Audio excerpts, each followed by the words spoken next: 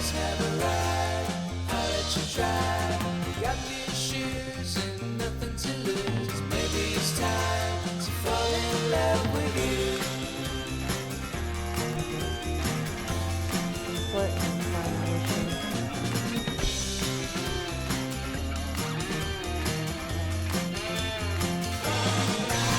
What is this intro?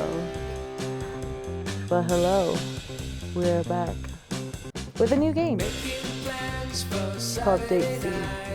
Let's have a ride, I'll let you try. Okay. These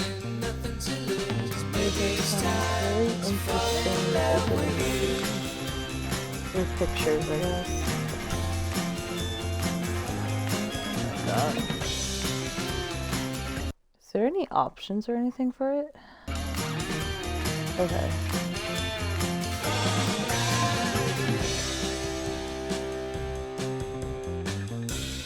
Unlock all. Why is that an option already? Gallery, settings, text speed, always. Skip cutscenes, skip after choices. What does that mean? After choices.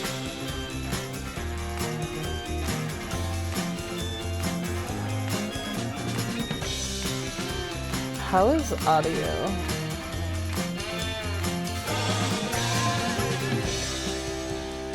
I don't want vibration. No vibration. Swap. It's a little loud. Okay.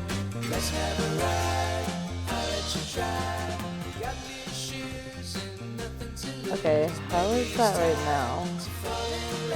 Is it still a bit loud or is it too quiet now?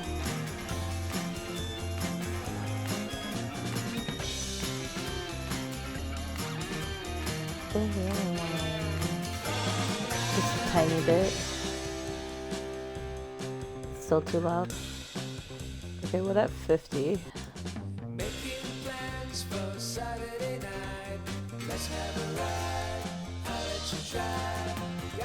That's good. Okay. Desync English. I don't know what skip unseen text means. Alright, we're gonna go back.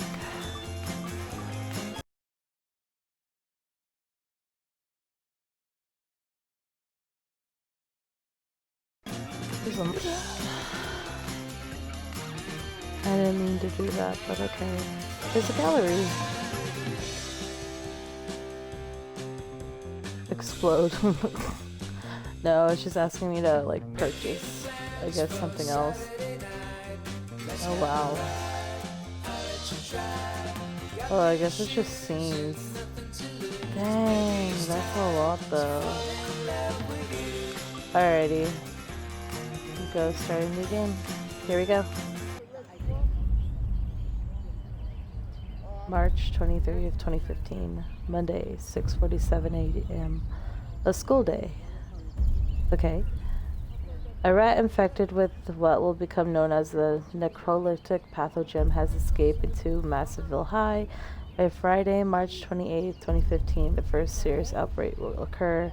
Massiville High is the high school you attended. Whether you survive this coming outbreak depends on your choices you make in the next 5 days. In the end, there is only one way out of this situation alive. Oh. You must get yourself a date by Friday? Bruh. Okay. 6:47 a.m. The alarm clock in your room does its best to keep you from missing your first day of school.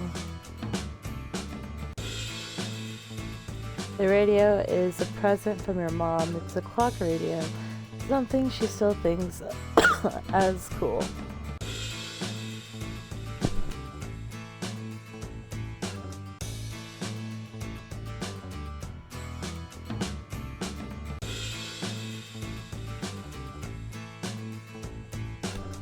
Oh god.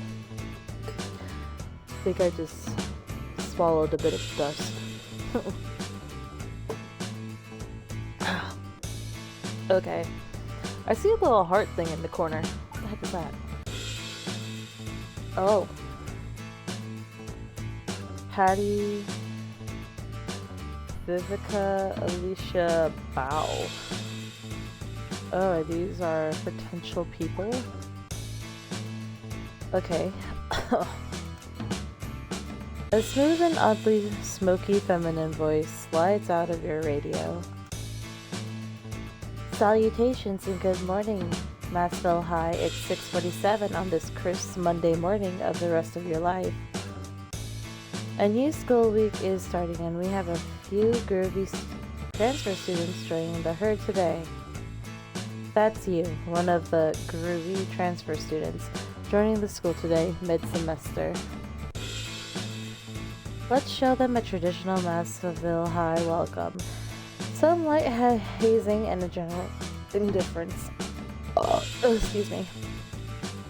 This is Oriana Graves coming to you from Massville High's own private radio station, Free Radio MH 96.3 on your dials in a 5-block radius around campus. As if it wasn't weird enough that the school was built on an old Air Force base. Huh, okay. Nah, cool cats, I've gotta stop giving you all the scoop on the daily drive so I can make sure I can make it to class. The rest of you should do the same thing. A sleepyhead ends up dead.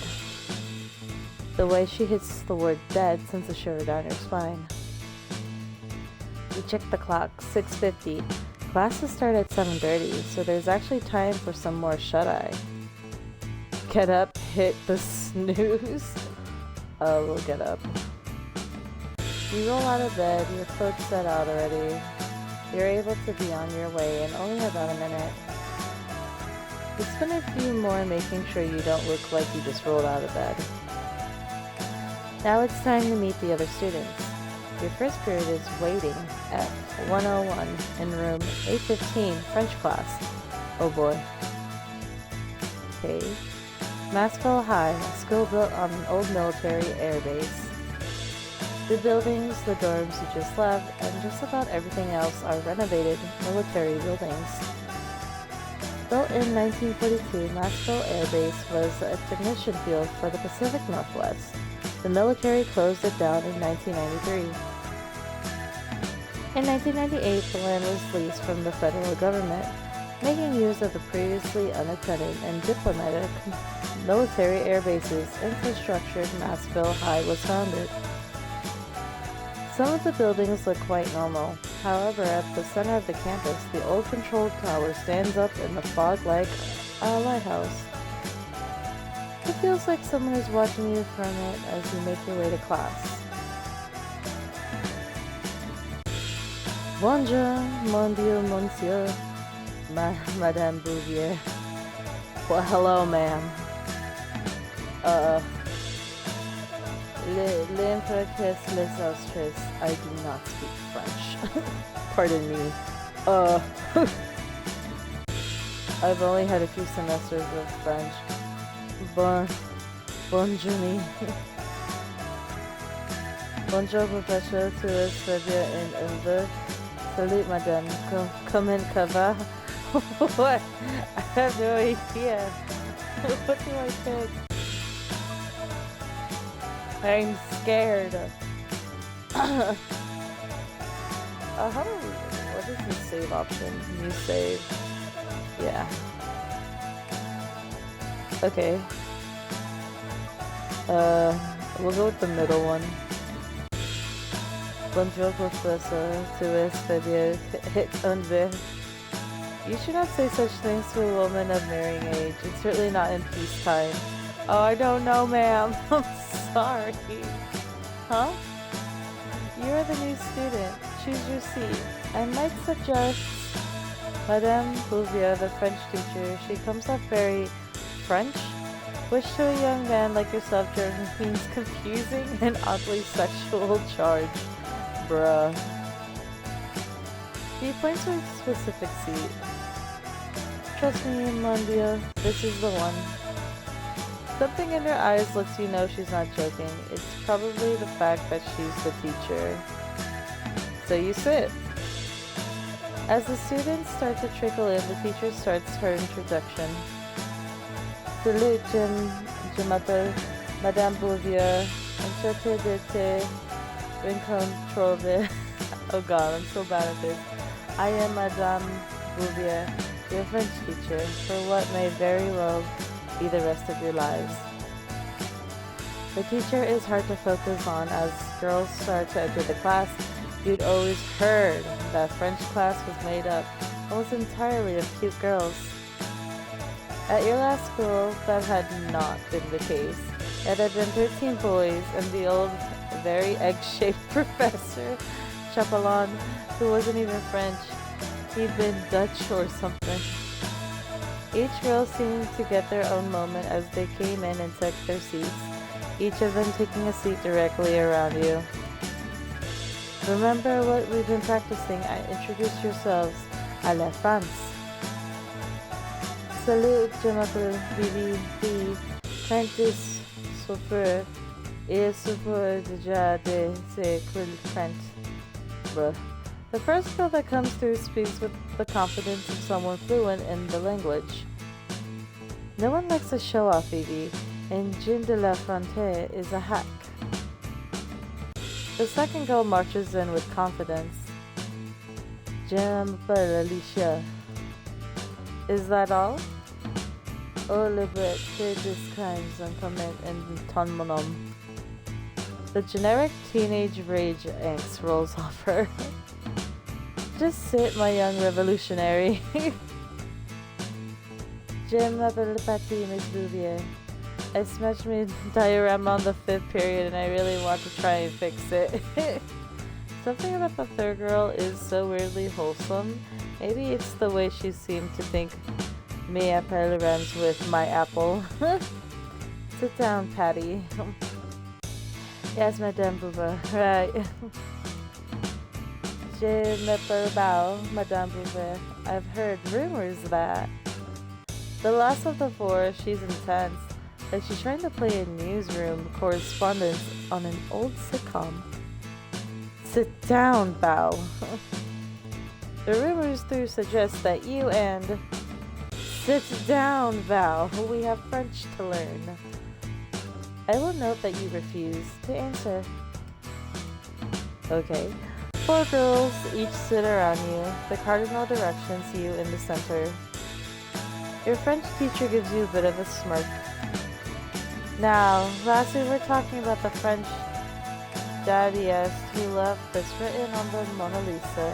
Bruh, the French teacher is trying to plot our harem? Is this a harem? Hello? She writes out LHOOQ on the board. Oh. Bibi raises her hand, waving it back and forth. However, she doesn't even wait to be called on. El Chad al Kul. It sounds like El Chad al Kul. She is correct. This is a French pun. It means, a burning in her bum. What? However, a better translation is, she has a fire below, as the man who made the pun, internationally famous, explained.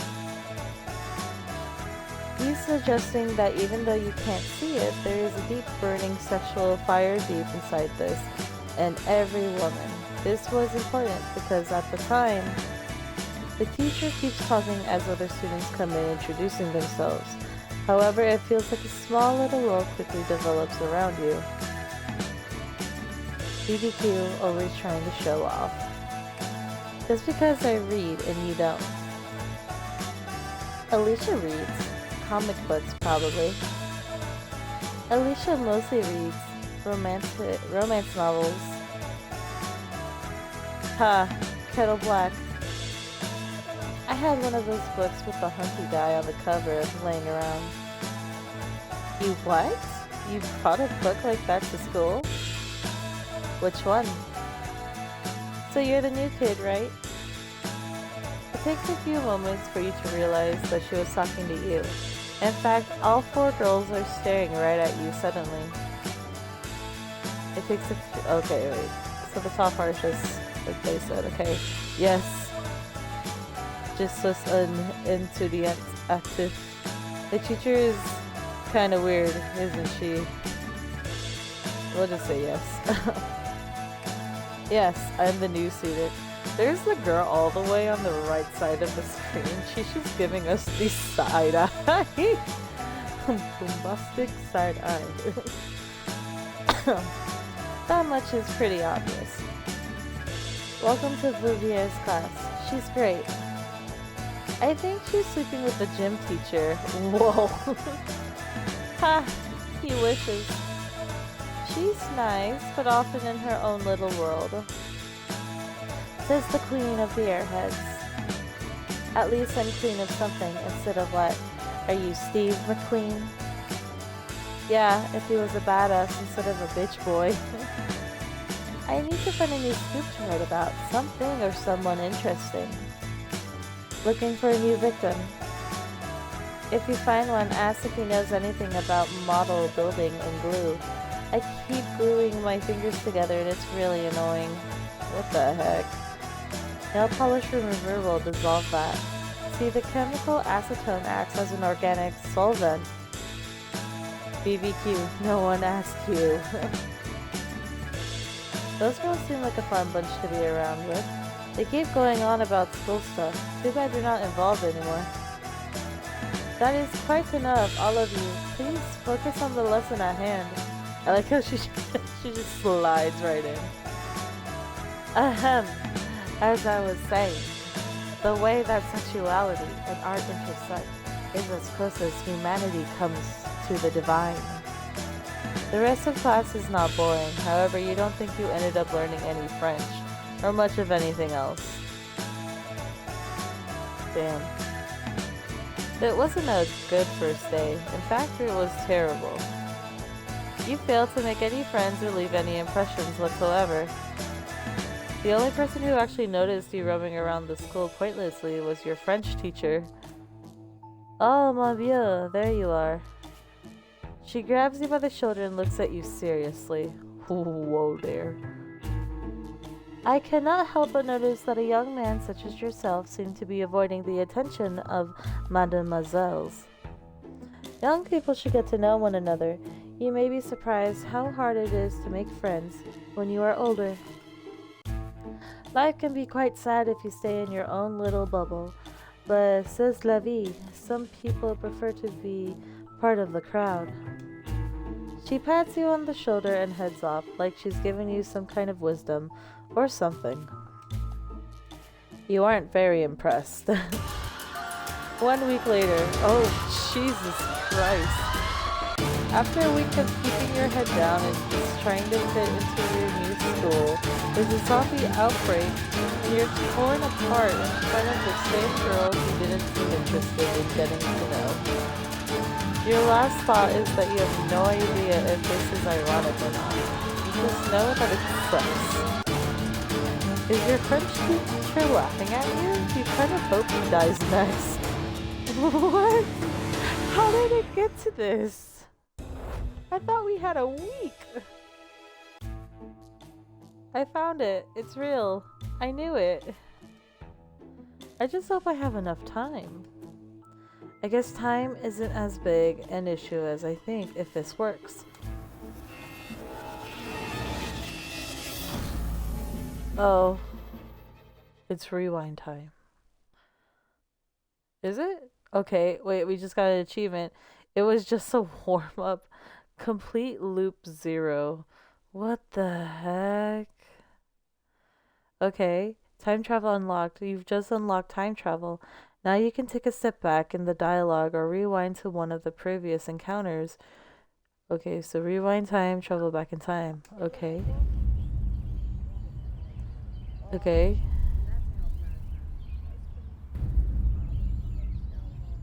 Right. Okay, it's the same thing. We'll skip this. Okay.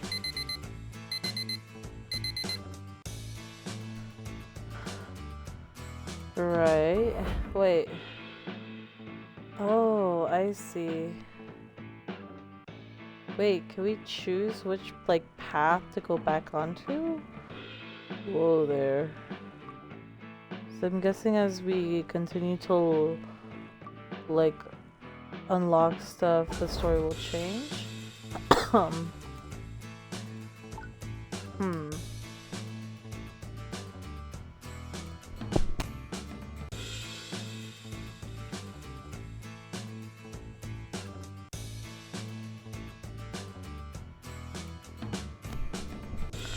What if I hit the snooze? 6:59 a.m. You don't even remember hitting the snooze button, but your clock radio blares now. Class is a lot closer now, but if anything, you feel more tired after snoozing. Get up, snooze. You hit the snooze button again. There will be plenty of time for school when you're done sleeping. Your dream about battling naked mud women in the Thunderdome is interrupted by lightning splitting the sky. It's just your clock radio blaring as loud as it can. No. Class can wait. You want to return to the depths of the dreamland and the mud woman. The dream goes weird. The mud woman turned out to be demons.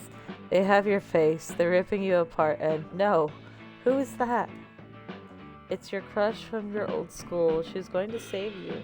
Her hand is so soft, and you're kissing her. You always wanted to. There's a pounding at the door. There's a feminine quality to the loud knock. Blearily, you pulled on your shirt and answer the door. Huh? What is the French teacher doing here? Standing in the doorway is an older woman. You know a teacher when you see one. Bonjour, mon vieux. Shouldn't you be in class? French, it's your teacher from first period. You must have slept through the start of class, and she came to get you. I don't go to this school. I lost track of the time. Isn't it Sunday? I lost track of time. That much is quite clear. Come with me, mon vieux. We'll let it be forgotten this one time. The teacher is fairly nice about it. At least you can be pretty sure she isn't an overly strict teacher. Come along now. Her grip is firm. It's clear you're not the first student she's physically dragged to class. Jesus Christ, lady. Okay. What is this goofy ass soundtrack? Bonjour, we have a new student who got lost on the way to class. Everyone meet Marmotte. He is adorable but very sleepy. He's a new transfer student. You don't know what Marmotte means, but your guy senses let you know that the class is full of cute girls, and they are all very amused by the nickname. Not in a good way. Please don't call me that. S'il vous plaît, me appelles pas comme ça. I won't be late next time. I won't be late next time. You had better not be. Now please take a seat and make sure I do not hear from you for the rest of the class. You hear a small wave of feminine giggles from the class as you find your seat. Worse still, the only open seat seems to be in the middle of a bunch of cute girls with mean smiles. Thankfully, a girl with a diorama comes in a few moments later and pulls attention away from you. Bruh, she didn't broke it this time. Ah, Madame Bouvier, I'm so sorry I'm a bit late. My diorama is kind of falling apart. It needs more glue. Can I just go to the library or something instead of... You take the chance to disappear into the class. The girl spends a bit of time trying to argue fruitlessly with the teacher. The class is interesting, but the teacher spends so much time talking about the art and philosophy of France. She doesn't really explain anything about the French language. The bell for the end of French class finally goes off after what feels like an eternity of facts about French cinema and whatever the French New Wave is. However, just as you think you're about to get to sneak out... Aha, new boy, may I have a word? You look pleadingly at the girls in class with you. Some of them give you soft smiles, but they all leave very quickly, so as not to get caught up in whatever it is. Now I know you're new to Massville High, but we take things like truancy and lateness quite seriously here. You've heard the speeches before. While her accident might make it a bit more novel than others you've heard, it's more the same straighten up and fly right kind of spiel. Perhaps it's poetic, but by the time you make it out of French class, you're running late for your next period. You got achievement. Bonjour! Attend your first French class. Bro, what the heck? Why didn't I get that last time?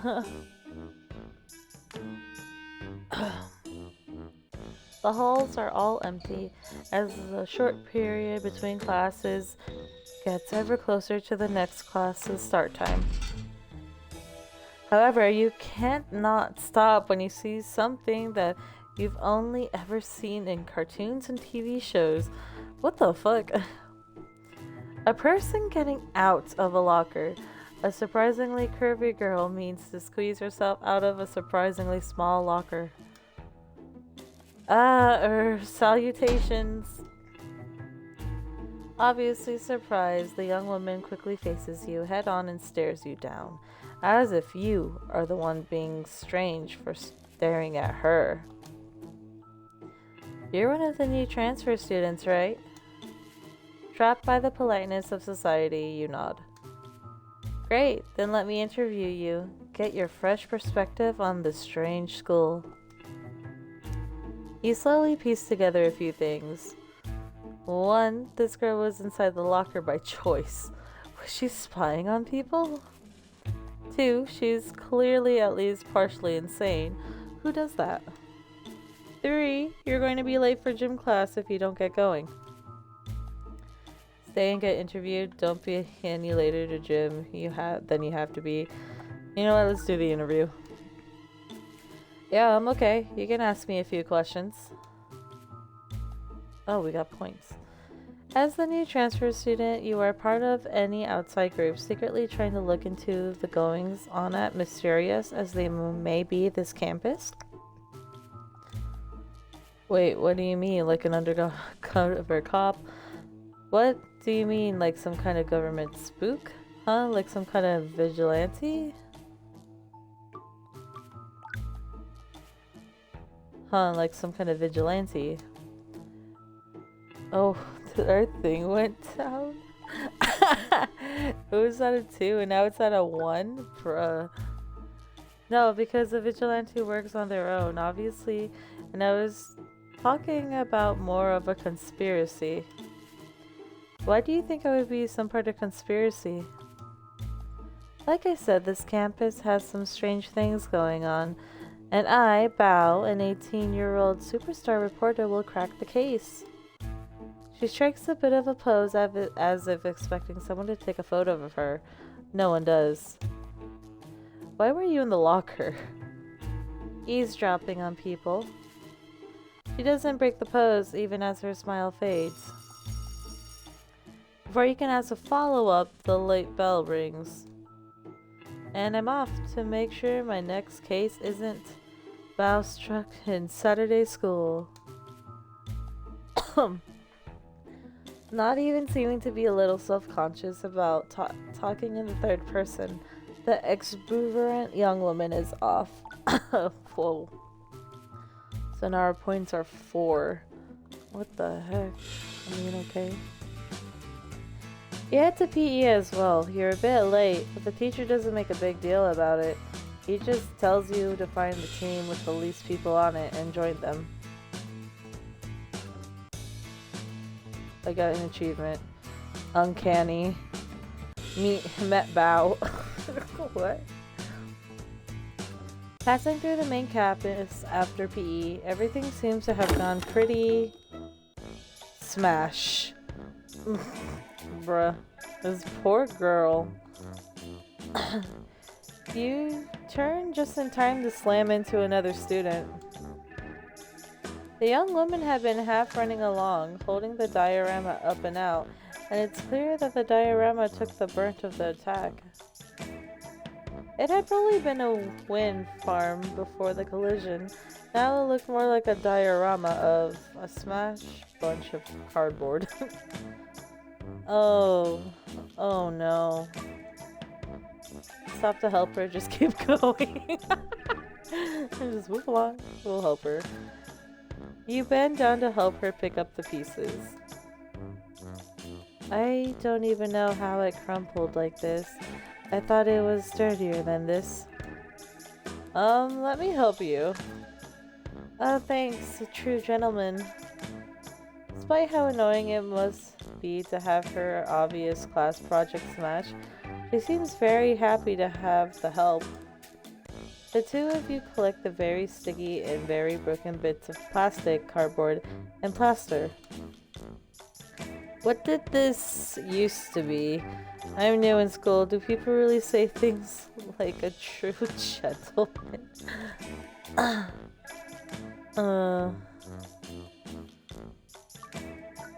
Yeah, let's ask her. What did this used to be? A wind farm. A tiny one. A tiny fake one, I mean, kind of. I put a lot of work into this. She gets a dark look as she stares at the remains of her diorama. I'm supposed to give a presentation on green power. The whole thing even spun. I spent a lot of time on this, like a lot. Hours. I don't even know. I mostly worked on it while watching TV. She takes a deep breath and stares at the broken wreckage of her work. This is horrible. As the two of you stack the debris up, your hands bump. She looked away as they do, as if not wanting to meet your eyes. Well, mostly horrible. The smile you get from Patty makes this momentarily embarrassment from having crushed the diorama worth it. Okay, we got achievement. Sweet. Met Patty. Okay. So I guess we get to choose where we want to go. What is our thing with Patty? Patty's at 7. Oh. Oh, they have like a little thing for them. At first glance, she's a real girly girl and a damsel in distress. She's the daughter of the local sheriff who is overprotective and believes that she should find a husband at the nearest church. This attitude has somewhat rubbed off on her, as she would like to have a large family to cook for and lead a calm life with. At the same time, she has a keen eye for detail. She is inquisitive and she worries about her grades too much. While she tries to be kind and nice, that sometimes backfires. She was raised with guns around her and she knows how to use them. She frequents the local shooting range with her dad. God damn. So it's all an act. Inquisitive at times, annoyingly, so she gives off the vibe of a 1930s reporter.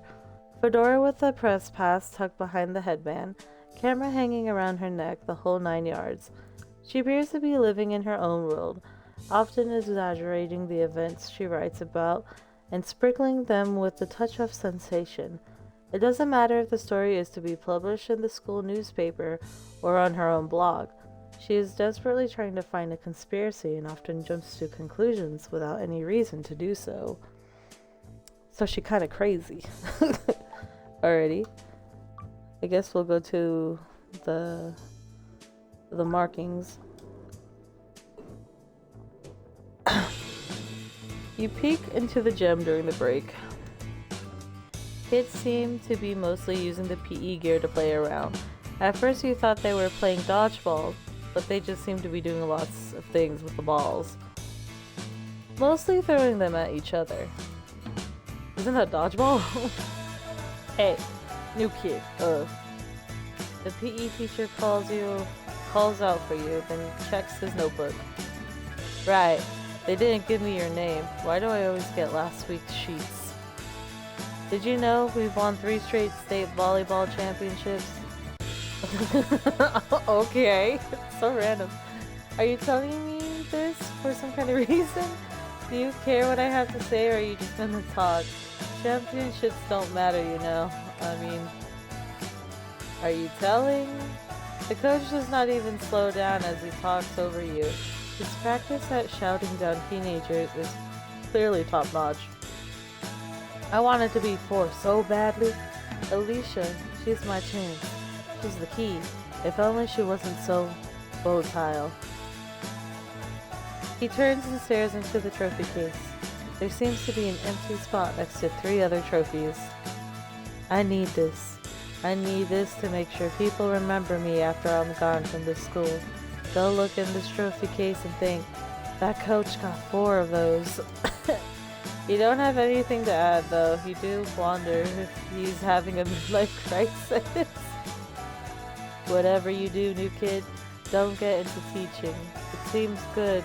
Summers off, steady pay, get to hang out at school all day. No one notices. No one cares. Sensing that none of this is pertinent to you, you back out of the gym slowly. What was the whole point? Oh, okay, the school bell is like our time for like walking around and stuff. Okay, I see. You decide to climb the tower. You saw someone up there and they looked like a student. If they can do it, you can. It's a lot taller than you thought it would be. It takes a bit to climb.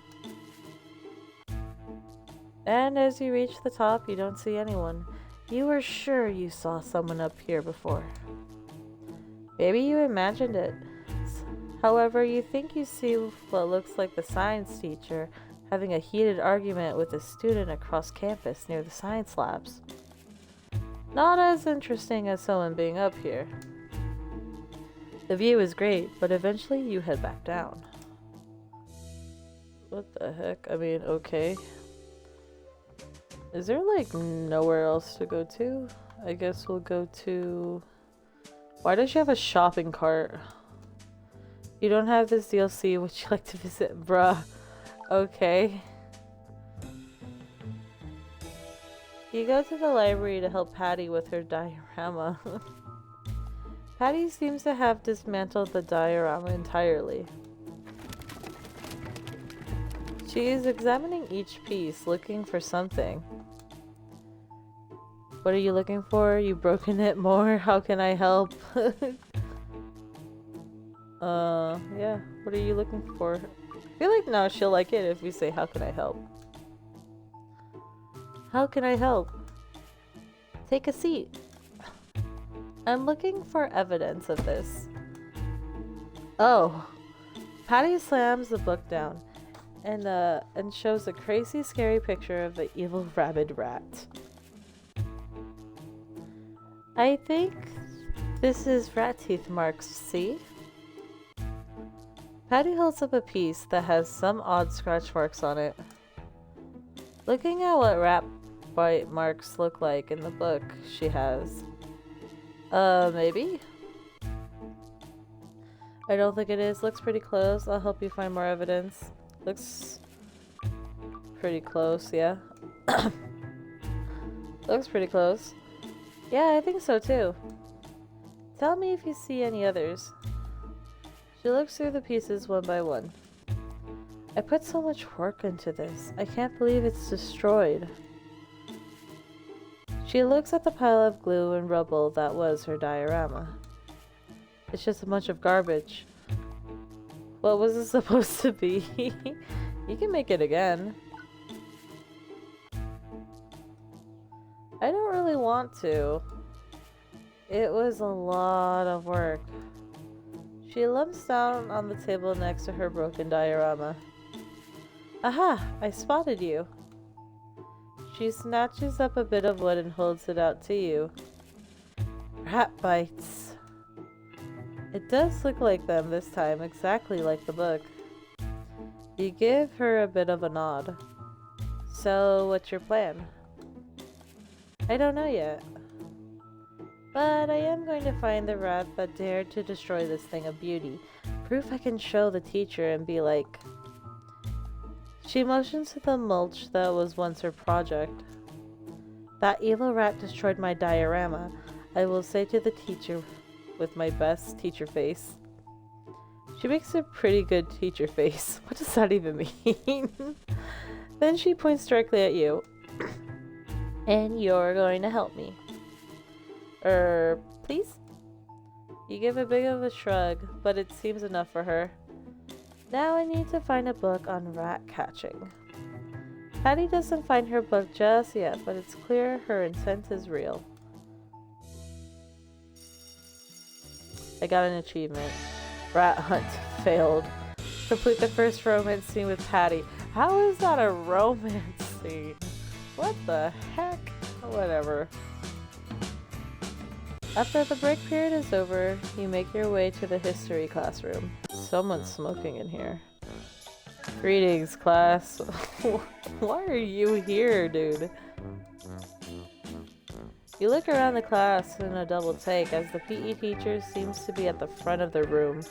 No one else seems surprised by this, so you assume it's normal. Written on the board is the name, Mr. Cogswell. You assume that is the PE coach or history teacher, or that's probably their name. If everyone can open the book to page 306. Is that where we left off? No, but it's a good starting place if we were going to actually get through the subject matter before the standardized test. Yeah, okay, who wants to start reading on page 306? BBQ, nobody asked you. Phoebe just sticks her tongue out at Alicia. It seems friendly. You get the feeling that Mr. Cogswell doesn't give history the same kind of energy he gives PE. The rest of the period is just people taking turns reading. However, you keep being distracted by giggling, shifting sounds? However, whenever you look back, it's just Alicia and Bao sitting in the back corner. Oh. You can't shake the feeling that they're doing something interesting with one around whenever you're not looking. Class ends well before you actually see anything, but you thought you saw them rubbing legs under the table. What? They might have been kicking each other, but your young teenage mind prefers to assume the most erotic possibility. Okay. They're obviously murderous lesbians who will kill their teacher and escape to Canada. That is very specific. Oh my gosh. Class is over. Are you okay? You look like you're drooling. Patty breaks you out of your daydream, and after you wipe your face, you shuffle out of the classroom.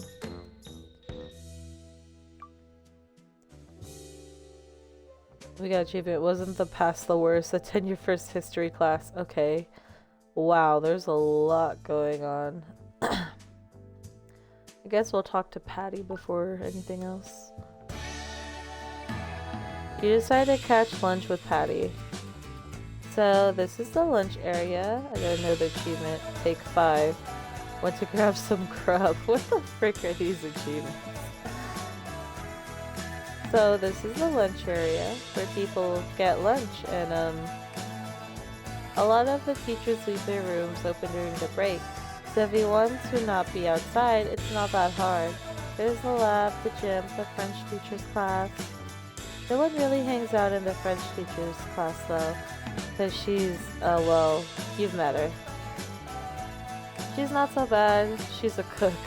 How did she get a teaching credential? Yeah, she's not so bad, I guess. She's not so bad. You say that now, but wait until you've had a few more classes with her. She sometimes makes us watch French movies without subtitles. Only she translates the confusing parts.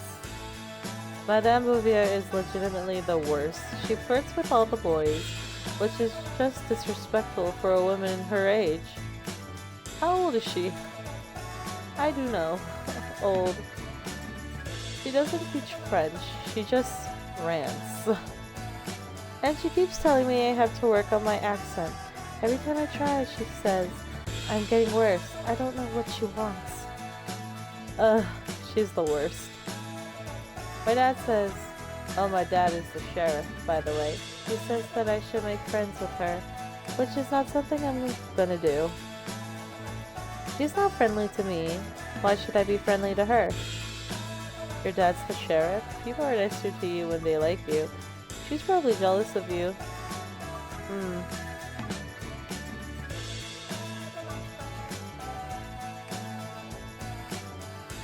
I guess, yeah. People are nicer to you when they like you.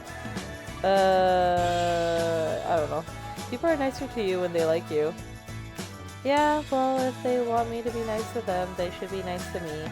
I'm nice to everyone, and the first day I told her her hair looked nice, even when it didn't, but that didn't help at all. Huh. Whatever, I don't want to talk about it anymore. But you were the one that... I don't want to talk about that anymore. Tell me about you. The rest of the time involves her half listening to your own past.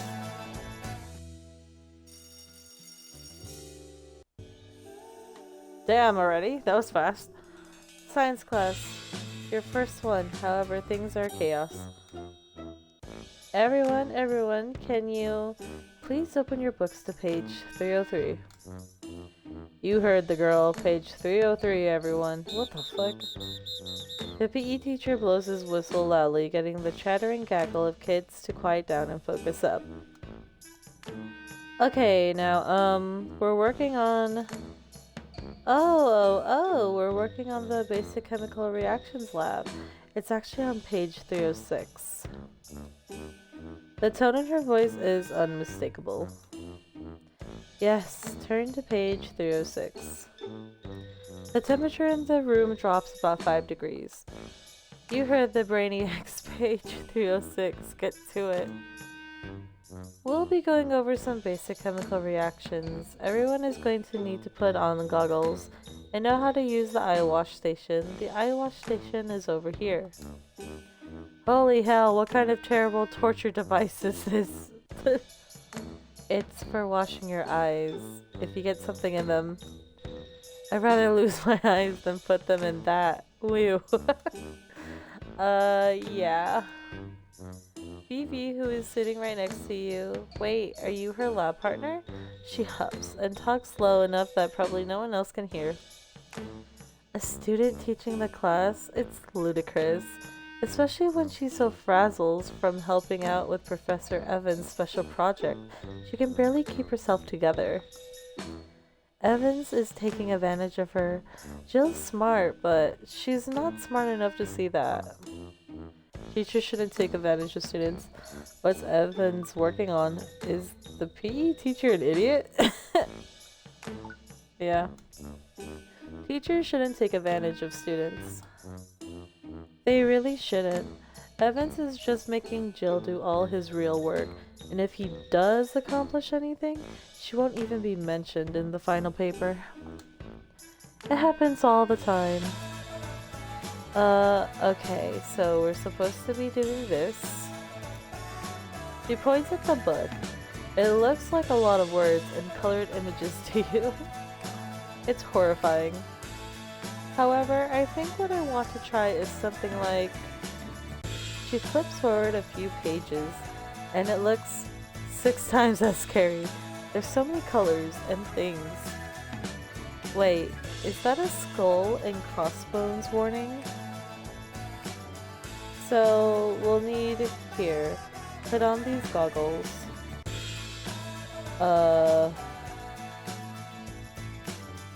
Put them on. You put on the safety gear as Phoebe does the same and start to gather the mess with chemicals. We're playing with tubes, aren't we? It looks like something out of a cartoon. She talks while she's doing it, but it's hard to keep up with. So, as this is a base, we need to be careful. We don't want any volatile reactions, so can you hand me the next one? Step 31. It's over there. Hand her the pink chemical, hand her the green chemical, hand her the clear chemical. Let's hand her the clear one. You hand her the clear chemical. Phoebe takes it and pours it carefully into what she's working on. Huh, wait. This is... It's at that moment you realize she's been pointing at the red chemical. You hadn't even seen it. Oh well, what's the worst that could... There's an explosion! Thankfully it's one made mostly of foam. It comes gushing out of the container in front of Phoebe. Ah! She stumbles back right into you, foam going everywhere. Achievement. Kaboom. In your first science class. Okay. Both of you fall and the world goes dark. Oh, come on now. Get up, you two. This is such a mess.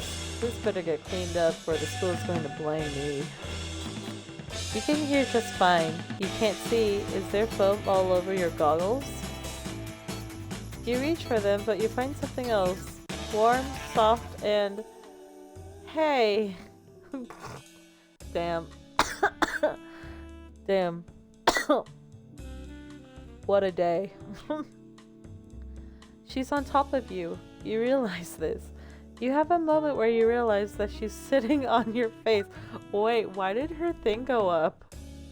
Why is it at 7 now for this incident? She's secretly a freak, isn't she? Hold very still. Shove her off. Let's hold very still. You hold very still. It's nice, warm, and just a good place to be. Eventually, though, she manages to get herself off and jumps off. The world returns. Vivi is covered in what looks like some kind of foam, standing in the middle of class. Wait, did it go up? It did. Bro, what the heck? Everyone is staring and laughing. Eventually, you both get to cleaning. That's what happens when you go off book. Baby doesn't say anything back to that. She's too embarrassed, but she clearly wants to. By the time the mess is cleaned up, the bell rings. On the way out, Vivi doesn't look you in the eye. Sorry, I should have made sure you knew what I was asking for. Never mind. She rushes out of class before you can ask what she meant. The thing went up. What the hell? She's a freak. Okay, so we have two options. But wait, can we read her thing? No? We can't read her? What the heck? Oh, whatever. So we got two options. Left or right? I guess we'll go left. You decide to just head back to your dorms. On the way back, you see Professor Evans. He's irritated, almost shouting at a man walking with him. What the heck? Spike, I don't care what your concerns are. I started this research for you, so you better... He notices you and immediately stops talking, instead just watching you until you walk off. He doesn't seem like a very nice guy. Yikes. You make it home, well, to your dorm room, which is going to be your home for at least as long as you go to this school. It was quite a day, but maybe there's a place for you here. You're tired though, so... What the fuck? You see something move in the dark, outside your window. Taking a closer look, you see it's a small animal. A rat? The rat stares at you for a few moments. It looks weird. Calling her a rat weird. What is that thing? It looks weird. You don't know, but that rat sends a shiver down your spine. It crawls off into the night, and then there's just darkness. You're probably just letting things get to your head. You try to get some sleep. You got an achievement. 1 down. Survive your first day. It says 3 days until the outbreak, bruh. 6:47 a.m. The alarm clock in your room does its best to keep you from missing your second day of school. A smooth and soft and smoky feminine voice slides out of your radio like the day before. Salutations and good morning, Massville High. It's 6:47 on the fresh Tuesday morning. That groovy transfer student I mentioned yesterday seems to have made quite the splash. The problem with standing out in high school is people notice. Look after yourself, new guy. Can't trust anyone at this school to do it for you. This has been Oriana Graves coming to you from Massville High, a personally funded and privately owned high-rate radio station Free radio MH. 16.02 on your dials and a 5 block radius around campus. I thought the numbers were different. Wasn't it like 96.3? What the heck? If anyone tells the teacher about me, I hate you. He checked the clock. 6:50. Classes start at 7:30. Time to get up. What the heck? School starts with French class. Madame Bouvier seems to be in a standard form. A lot of French opera was, at least at first, based on Italian opera. Mon Dieu. It takes you a moment to realize she's talking directly to you. Oh no, you just got singled out. What is the French word for opera? You had almost forgotten this class, and not some kind of strange version of stand-up. That was probably in the worksheets for last night. Did you even do them? Everyone is looking at you now, especially the cute girls all around you. This is your moment. The opera, l'opera, l'opera. Did you think the middle one? The opera. Bien, but your accent needs some work. Do not take your conjuration from cartoons. You hear VB snicker. What are you, a skunk? Because he stinks? No, because he's got a long tail? What? No, it's... I don't know what she means when she says that. I thought you sounded very French. I'm... Le fromage? Le pâtisserie? Le France?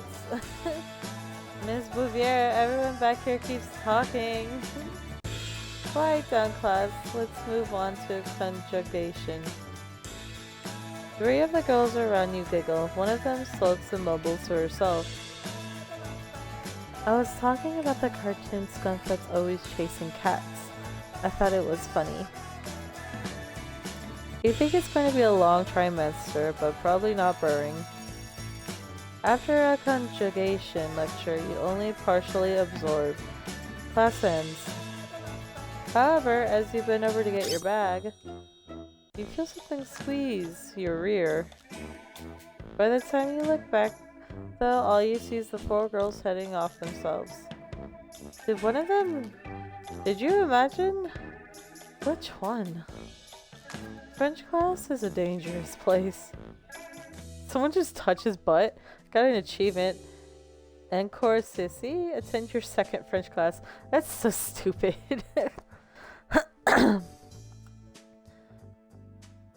Alicia gave his -2. We didn't even do anything.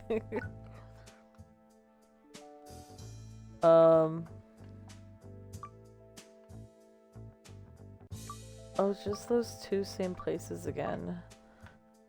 No. Let's go chat with...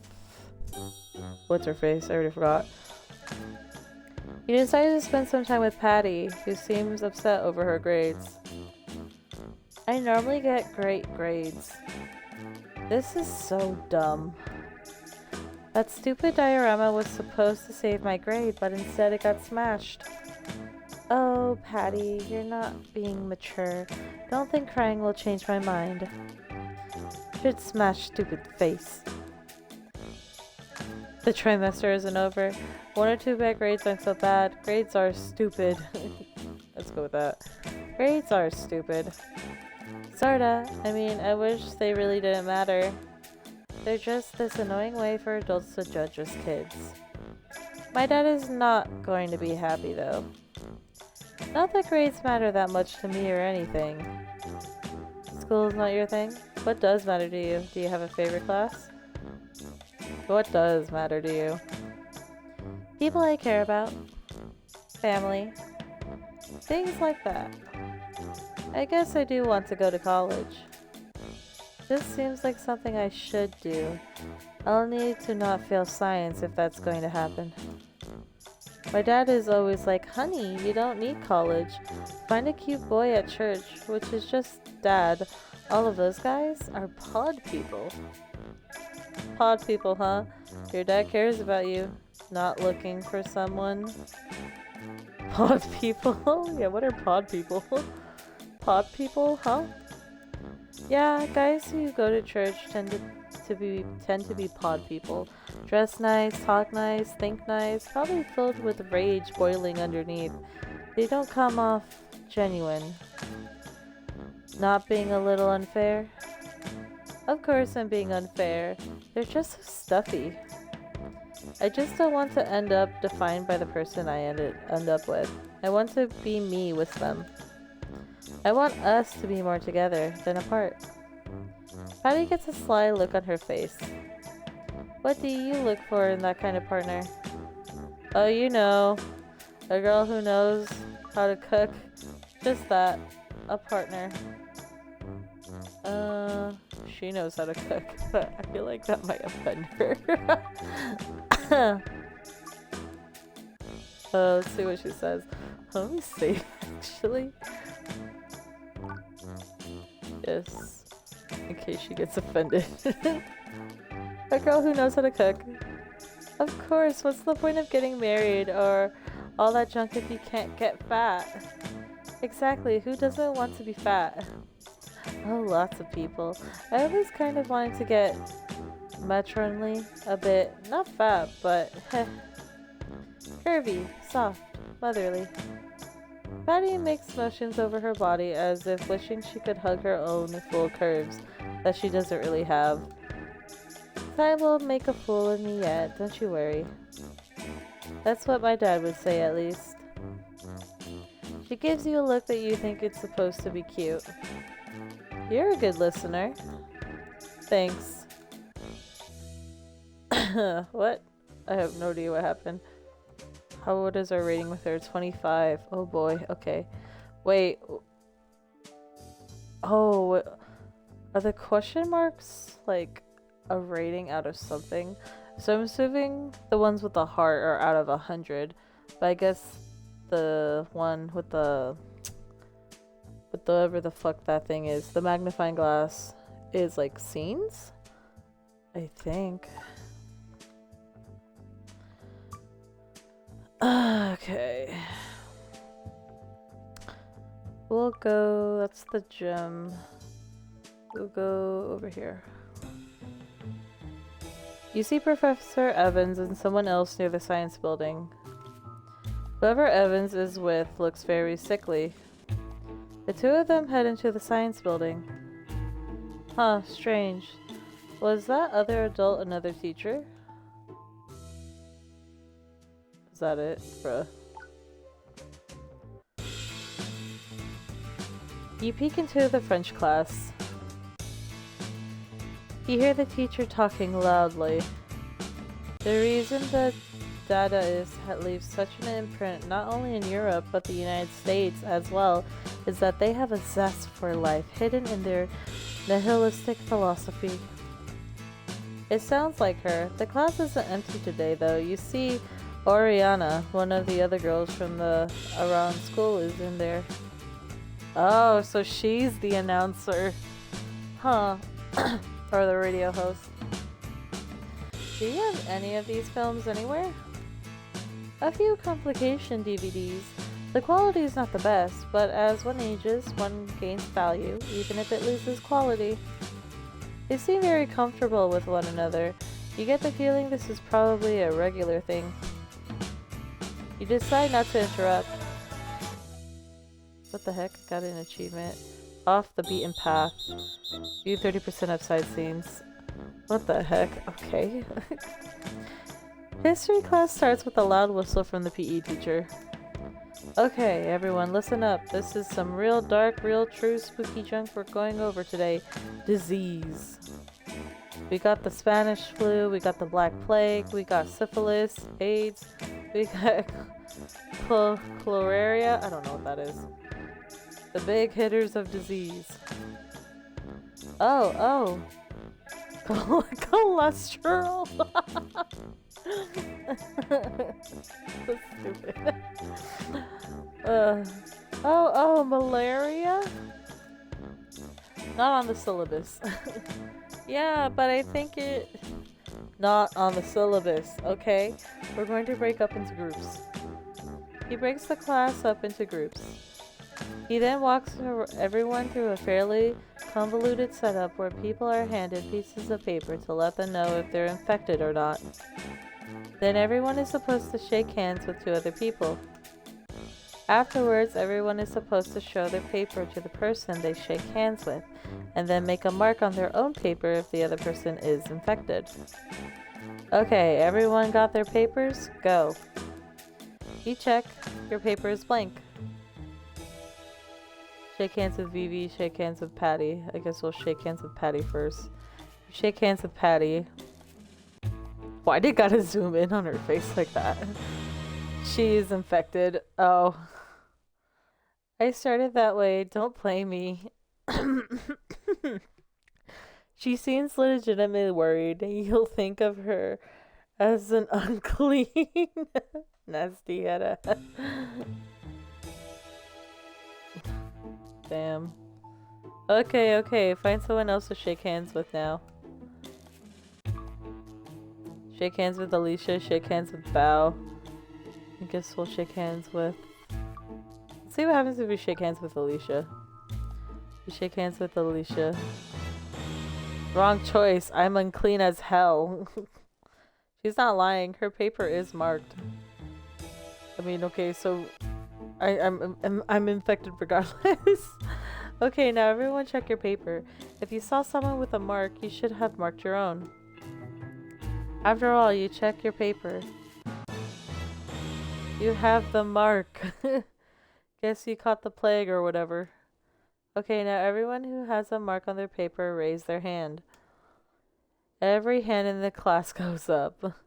Every single one. Every person in the classroom raises their hand. See that? Or wait, was that how all of you? No one washes their hands anymore. Ew. Did I do this right? Did I give out too many? Huh. He double checks his worksheet. The bell rings before this confusion can be cleared up. We got an achievement. This feels foreshadowing. Pretend your second history class. You head to the lunch line and... Oh wait, something happened to the things. Oh, so Patty's went up and then Alicia's went down by -1. Huh, okay. Smash. Bruh, Patty, what are you doing, girl? Oh, come on. You walked right into Patty, having knocked her food right up against her. I can't seem to stop walking into things this week. This top is ruined, and oh. She seems to finally realize it's you. We keep running into each other. Clumsy Patty. Drop your lunch in solidarity. Keep running into each other. We keep running into each other. I know. It's like fate, right? The humor of the situation seems to take the sting out of her for her. I guess I have to keep an eye out on blind corners for you specifically. I'm going to get back in line after I clean up some. She heads off to clean the food off her blouse. We got achievement. What's on the menu today? Visit the canteen again. She's not mad at us though. So like, yeah, no. I feel like romance-wise, Patty's probably the easiest. She's probably the easiest route to go to. Alright, let's see.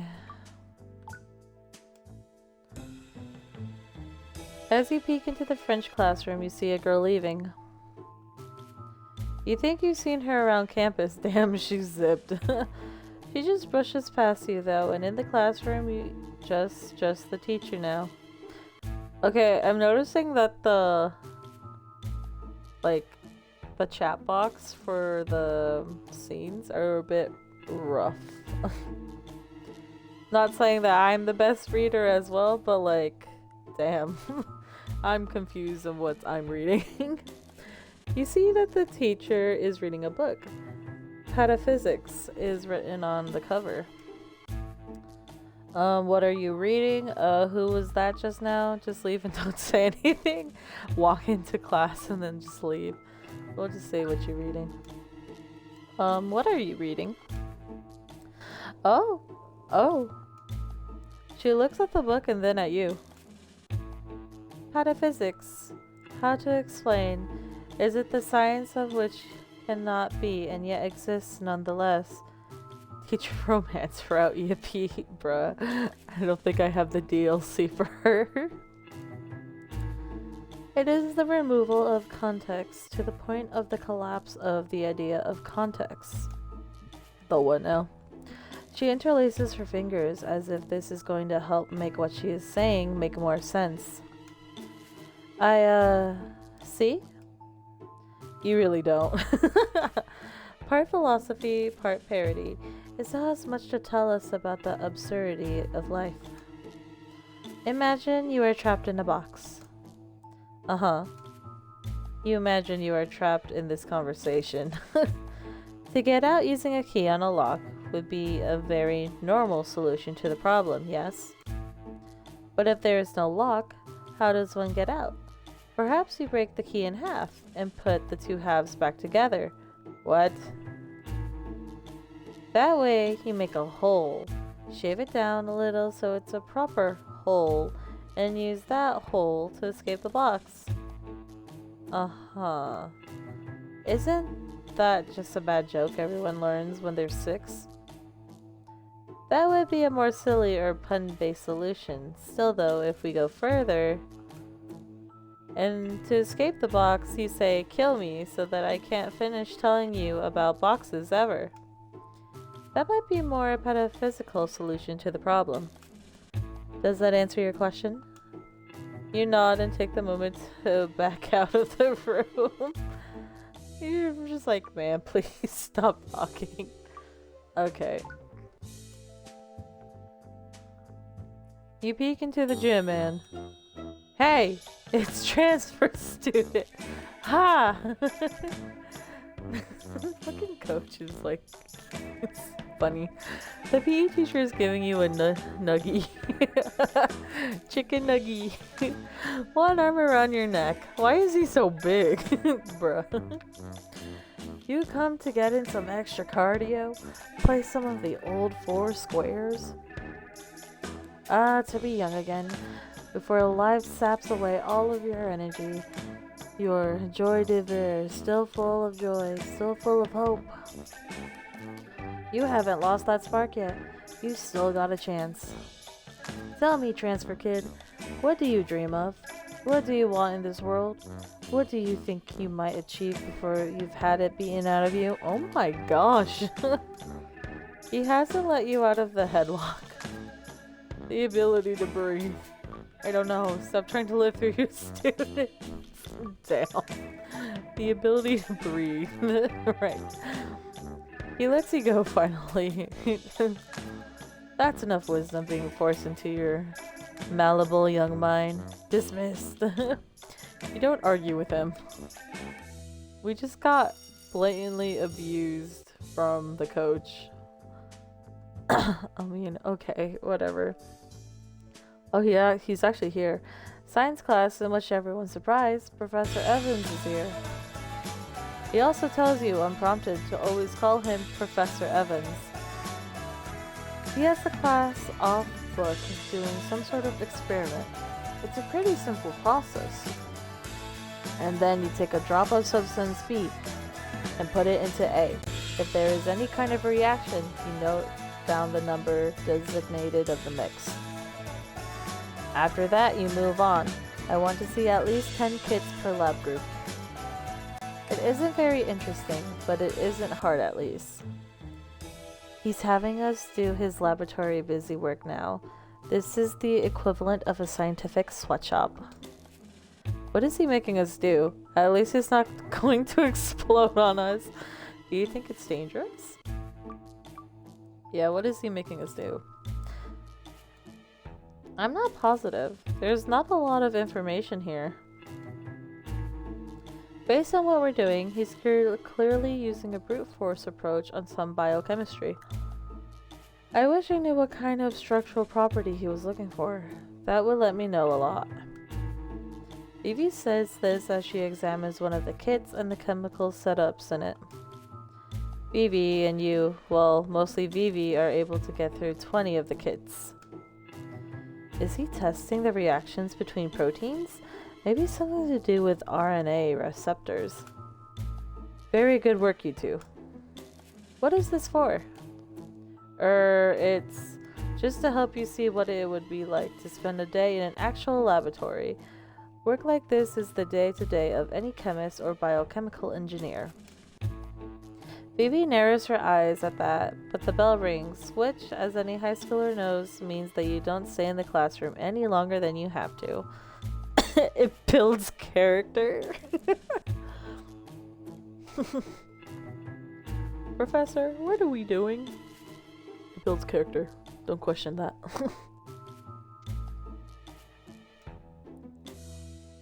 I got achievement. Professor, is that you? 10 your second science class. That's so stupid. I find it funny how Bao just has, like, it's just always there, and it's so dumb that we can't go to her because we don't have the DLC. Oh, our points went up with Vivica, though. Okay, let's go see what Patty's up to. You agreed to let Patty use you as a guinea pig for some cooking she's doing in her free time in the lab. There's a kitchen in the lab? Well, huh. Patty is running around using the ovens they have in lab for when it's used for home ec class. Okay, try these. Damn, she fucking sweet. Patty rushes over with a plate of piping hot cookies. They're stacked up in very Americana way. You pick one up. Ah! And dropped it right back down. They're steaming. What did you think was going to happen, dummy? She has a big smile on her face while saying that. You try again, managing to get a cookie to your mouth without melting anything. It tastes terrible. It's like someone is pouring salt right into your mouth. Spit out the horrible thing, swallow the poisonous cookie, give a fake smile. We'll give a fake smile. You give a fake smile. The moment she's not looking, you hide the piece. How was it? Good. Did I finally? Patty takes a bite of the cookie. Her face falls. Blech. You're sweet. I think I used too much salt. You're pretty sure if she'd used any more salt, you would have died. It's not my fault. The ovens here at school are different from the ones at home. I thought I was checking it. It seemed to taste fine when I was mixing it. I don't know why I have such trouble with simple recipes like this. Maybe my palate is broke. Cooking is hard. Don't you just have to follow the recipe? Maybe don't cook. You can't cook. Cooking is hard. Not for everyone. All the other girls in class seem to get it just fine. I'm really trying. I really like cookies. I want to be able to make cookies that don't taste like horror. Look, I'm working on it, okay? I want to be good at all this stuff. Making cookies, cleaning things, ironing, sewing. I don't seem to have a lot of natural talent for it though. I think it's fun, but I seem to be so bad at all of it. It's just, it's frustrating. She picks up the cookies and tosses them in the trash. I just wish it was easier to be who I want to be. Thanks for trying the cookies. Sorry, I almost poisoned you. Anytime. Next time, make it not poison. Next time, no cookies. Anytime. Patty gives you a cute wink as she goes back to cleaning. Oh, our points went up. I got achievement. Don't let her cook. Complete the second romance scene with Patty. I mean, I guess. Okay, we're at 38 with her. Huh. Okay. Are we outside? Oh. You see Jill standing with a small gaggle of people that all seem to be fairly friendly. Yeah, I know, I've got bags under my eyes, but Professor Evans has been wanting me to help type up all of his notes, and he can't type up his own notes? He's very busy. I'm helping streamline his process. Doesn't have that, weird, sickly looking guy as his, you know, his, that thing where you assist somebody? An assistant? That's the one, hun. You'd think a professor from university could make do with one assistant. A university here in the States, we say ah. Maybe the uncultured Yanks do. Professor Evans is a genius. You maybe all don't get it yet, but what he's doing is going to change the world. Whoa, hey, okay, we get it. We just think you seem tired all the time lately. Evans is really counting on me. I can't just let him down. You eventually decide to stop eavesdropping. They all seem pretty familiar with each other, and you feel like a fifth wheel just even thinking about going over there. At least they didn't stick to the stereotype of, like, you know, the cheer and football team or whatever beating up or bullying nerds. So that was something for sure different. After your second day at Massville High, you stumble into your dorm room. A night of only getting about half your homework done and passing out early is the right of every high school student. You get some shut-eye. You're awake. You don't know why. Oh. Your heart is beating 500 times a second. You feel like your bed is shaking. The bed isn't shaking. You are. You're terrified. You don't even know why. You can barely move, like you're frozen. It was the cookies, wasn't it? The long, twisted shadows of the dorm room seem to reach out for you. The window. You see something out the window. Jesus fucking Christ. The rat again? It's just some person outside and you go, you rat! No, so much bigger. A lurking, strange motion, lumbering. It isn't moving right. Is that a person lurching through the dark? Oh god. The way it moves makes you want to scream. You can't move, no matter what you do, frozen, as the shapes move from view. When it's finally gone, you sit up with a grasping start. Are we on the first floor then? Like my guy, close the blinds. Looking around your dorm room, the shadows are normal again. You take a quick look around outside, and you don't see anything or anyone. Was it just a nightmare? It takes you almost an hour, but you manage to go back to sleep. 2 days until the outbreak. We got achievement. Day 2. Check. Survived day 2. Okay. Campus is swarming with cops. At least a half dozen. Oh my gosh. There is police caution tape around the old traffic control tower. One of the cops has a nicer hat than the others. He looks like the one in charge. Uh-huh. There's no security cameras on campus. Sheriff Matthews. Oh, is that Patty's dad? No, at least I hope not. I mean, I don't think so. Right.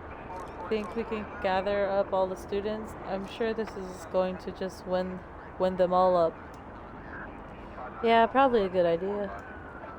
You and a lot of other students showing up on campus mill around trying to see what's going on, and yet far enough away to not be able to see or make out much.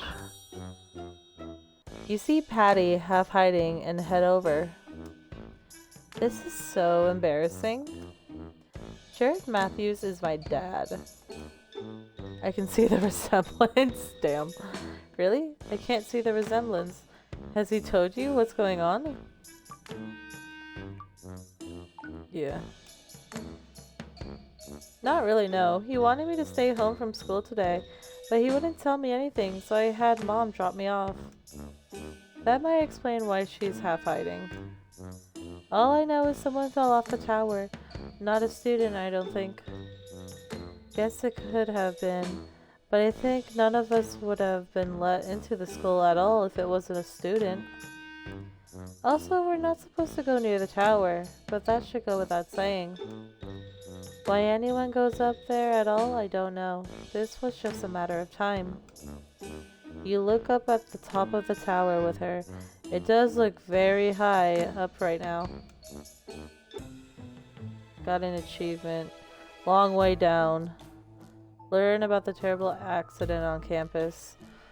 Okay. French class is a buzz of rumors about what's going on. Quite literally. Students are speaking loudly and wild theories are being flung around. Someone suggests there was a murder on campus. Someone else, a gang murder. Someone else, a political murder. Settle, settle, class settle. There was no murder. Tragedy, yes, but no murder. A homeless person fell off a tower. No one is supposed to go up there, but don't even go near it. The police are doing an investigation. There may be an assembly later, but I thought for class we could just watch a movie today. There is general cheers for the movie. So I shall show you Cleo de 5-7, one of my personal favorites. Hi, Duck. Welcome to stream. where we're at school learning. But it's good to know you are alive. So hello again. As the film starts to roll, the students' excitement slowly wanes. It's an old black and white film about some woman who is waiting to find out if she has cancer. Oh. It leaves quite the mood in the air. It doesn't matter if she has cancer. She's barely alive as it is. Antoinette is cute. He's a badass. Probably killed people in the war. Oh, this is a love story. How sweet. You don't know if any of the girls actually understand the movie. To be fair, you don't know if you do either. Got achievement. En deux trois. Attend your third French class. Oh boy. The game name scares you. It's called Date Z. For date a zombie. I wouldn't be surprised if that's how it ends. Oh boy. Patty's over here.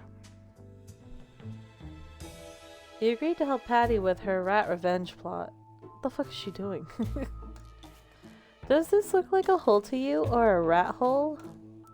Patty is on her hands and knees looking at holes in and around the library area. It's an old building. There are a lot of holes, many of them possibly rat holes. Kind of looks like a rat hole to me. We only have so many traps though. Patty opens up her backpack. It seems to be filled entirely with rat traps, the cheap wooden kind. There were some traps that were designed to not hurt the rat. Humanitarian, I think they called them, which is funny because rats aren't humans. They were way too expensive though. She sets one of them down in front of the supposed rat hole. Stupid rat. You know the rat will, die, right? It's just a rat. Yeah. Next hole? Next hole! You two move on, checking the holes for rat droppings and fresh bite marks. I think this one is active. Give me a trap. You hand her another trap. Eat this tasty cheese, rat. Eat it and get your back broken. Jesus. Patty stops and looks at the trap for a moment before she puts it down. Rat traps are kind of brutal, aren't they? It breaks their back. Death is death. I don't like thinking about it. I don't either. Now I can't stop though. Poor rats. Getting all... Oh, it's too horrible. Patty makes a disgusted face, but she puts the rat trap down anyways. Damn. Good luck, rat. Patty says it softly, almost like a prayer. You and Patty travel around the library, setting down rat traps near anything that looks like a rat hole. Also a few things that don't. Look at her go. Eventually, she runs out of traps. We'll see tomorrow if we hit rat or not. Thanks for keeping me company. She gives you a quick kiss on the cheek like she was 5 or something and runs off. Oh my. What is this music? Why'd she run away like that? Hey yo.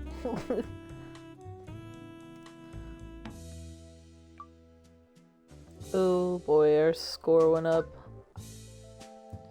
to 52. Whoa there. Okay, we'll go over here. You head over to the tower. I got an achievement. Something of an explorer.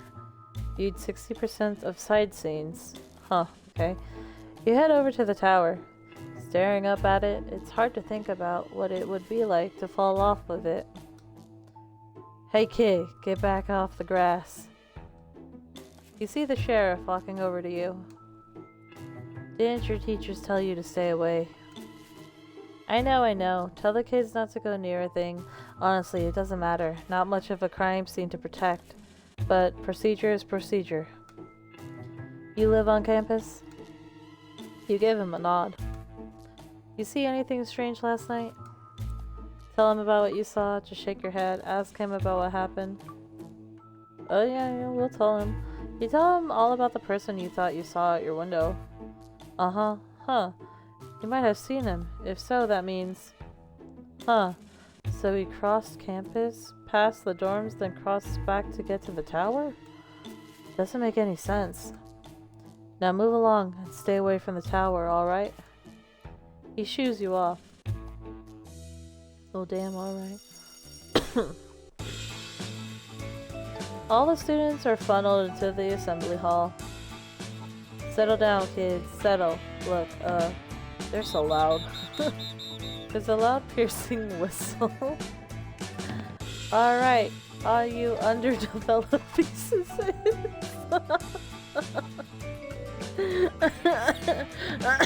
I mean, that's one way to call kids. It's funny because the security guard that works at my store, she sometimes calls kids crotch goblins or crotch gremlins. But I think underdeveloped fetuses sounds funnier. Okay. Sheriff Matthews needs your attention. Give it. All the kids look up at the front. It does quiet down. Mostly. However, given what's going on, whispering and rumors are rippling around at incredible speeds. Now, I'm sure you're all very worried. You're worried? Alicia, do not make me give you more gum duty. Be quiet. A member of the local law enforcement is talking. Don't worry about it, Coach. Kids will be kids. I mean, my own daughter insisted on coming to school today even though I tried to keep her at home. One day, they're your little girl. The next day, they're making choices all on their own. Evans looked very sad for a moment. His poker face returns though. Evans? That's not Evans. What? That's the sheriff. All of you, no need to worry. What you probably heard is true. Someone died on the school campus last night. However, we figured out their identity and it seems like it was probably an accident. They were probably drunk and went up onto the tower and then fell. The person who got hurt is not a student. Unless that's a first name. I don't think so, cause like as I'm going through the story, there are a few like word errors. And like don't get me wrong, I'm not the best reader.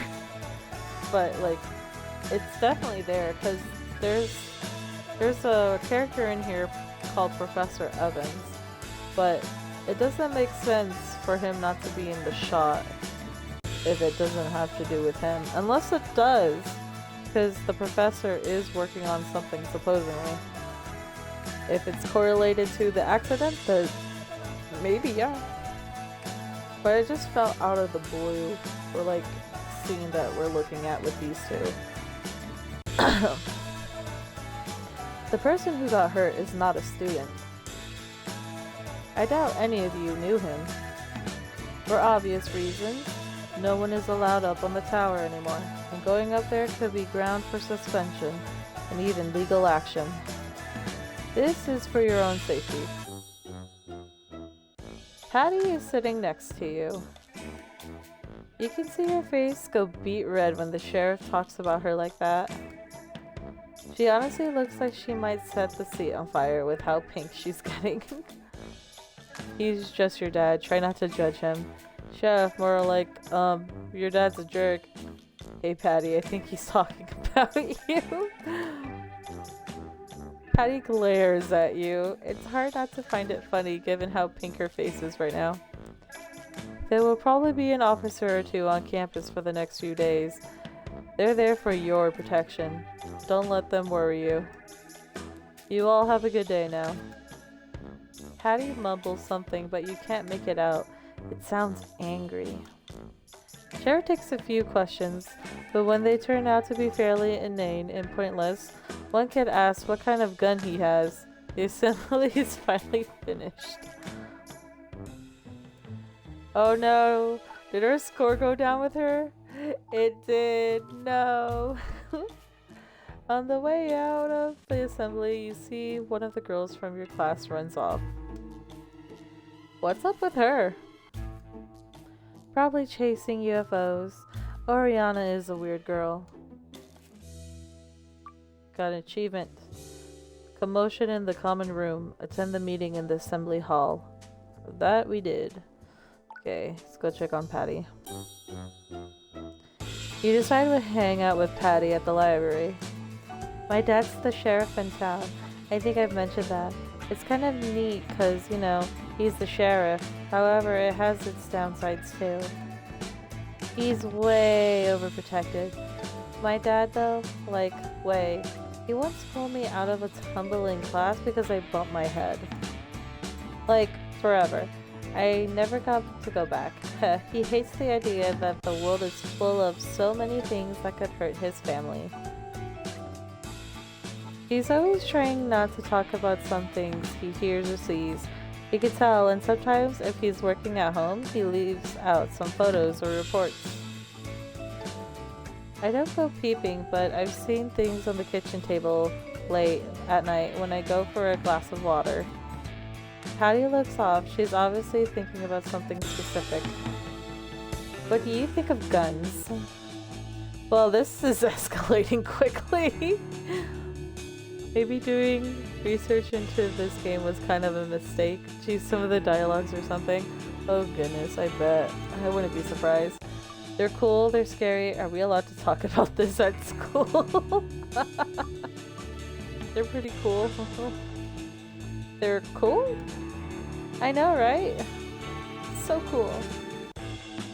Ever watch any westerns? The Rifleman? Has guns will travel? What? Like, yeah, reading that. Has gun will travel? I think she's having a stroke. 6-shooters and bad brawls. Pow pow!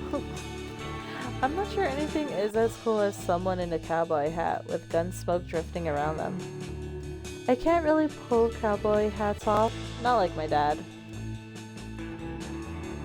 Patty wiggles her fingers over her head where she clearly wishes she was wearing a Stetson? I don't know what that is. Don't tell her this, but I'm really jealous of Alicia playing with rifles all the time. She's always going to the local shooting range and talking about how she used a .264 or something else really cool like that. I wish I got to play with guns that much. I wish I got to fire a Winchester every week. so why don't you? I've never been a gun guy.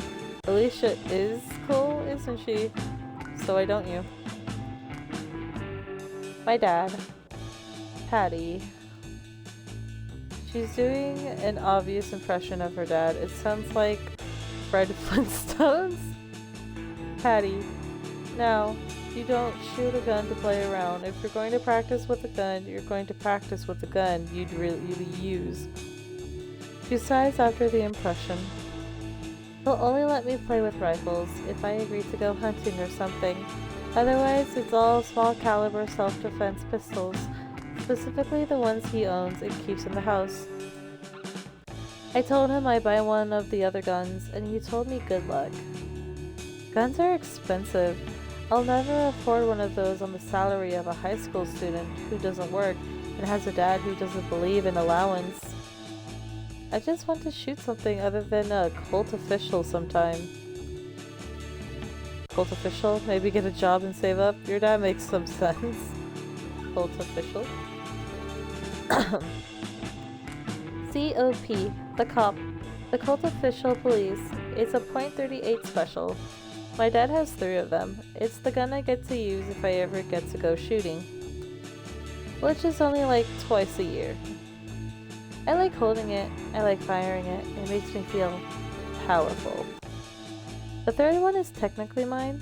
I sometimes even carry it when I'm scared. Normally my dad makes me keep it in a safe. I know the numbers, but he checks it every now and then.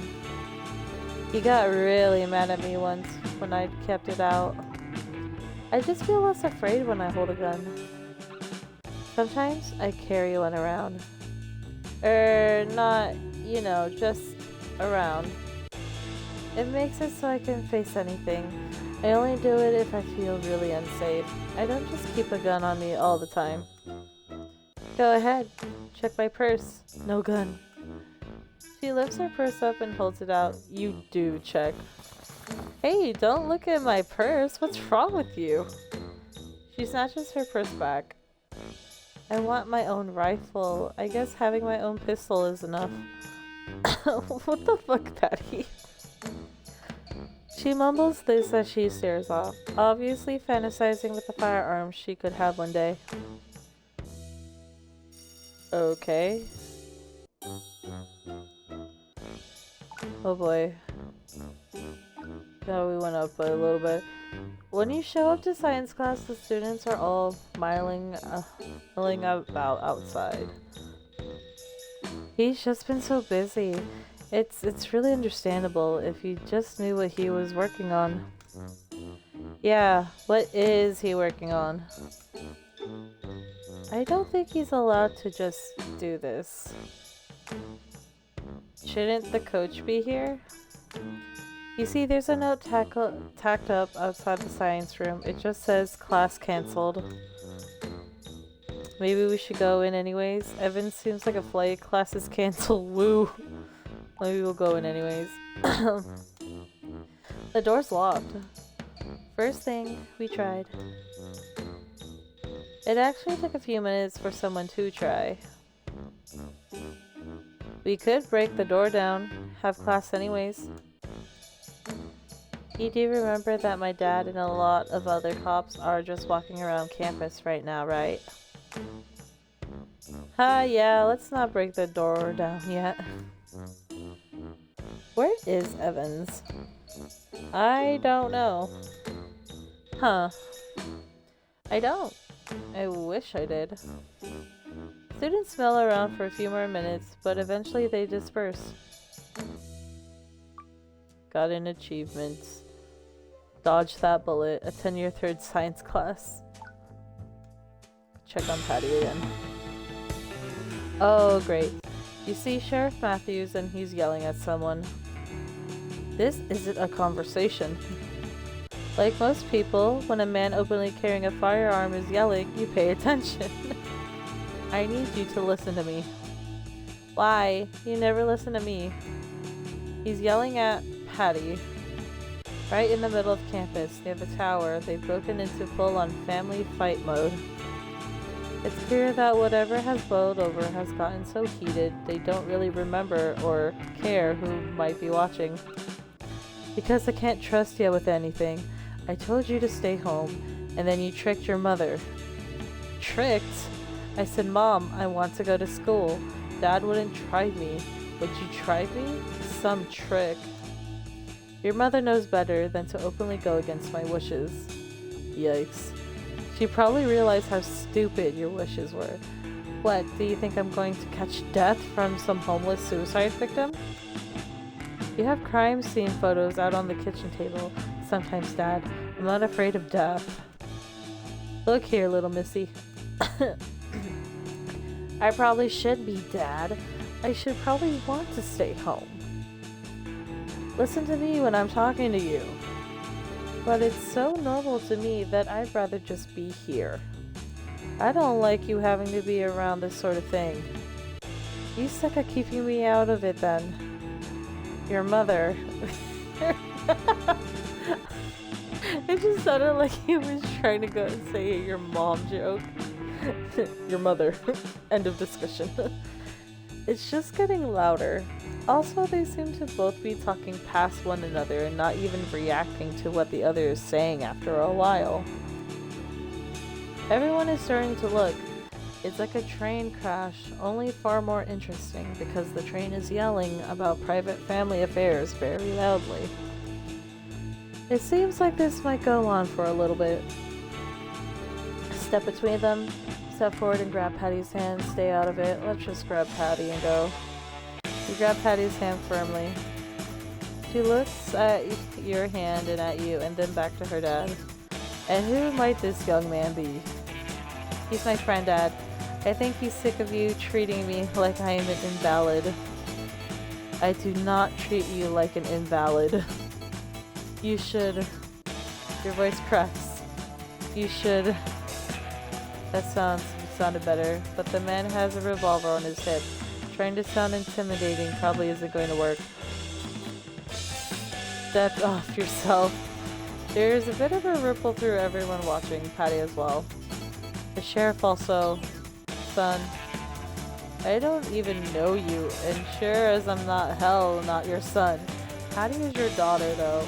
I know you're afraid bad things will happen to her, but getting in a shouting match in the middle of the school is only going to alienate her from her friends and from you.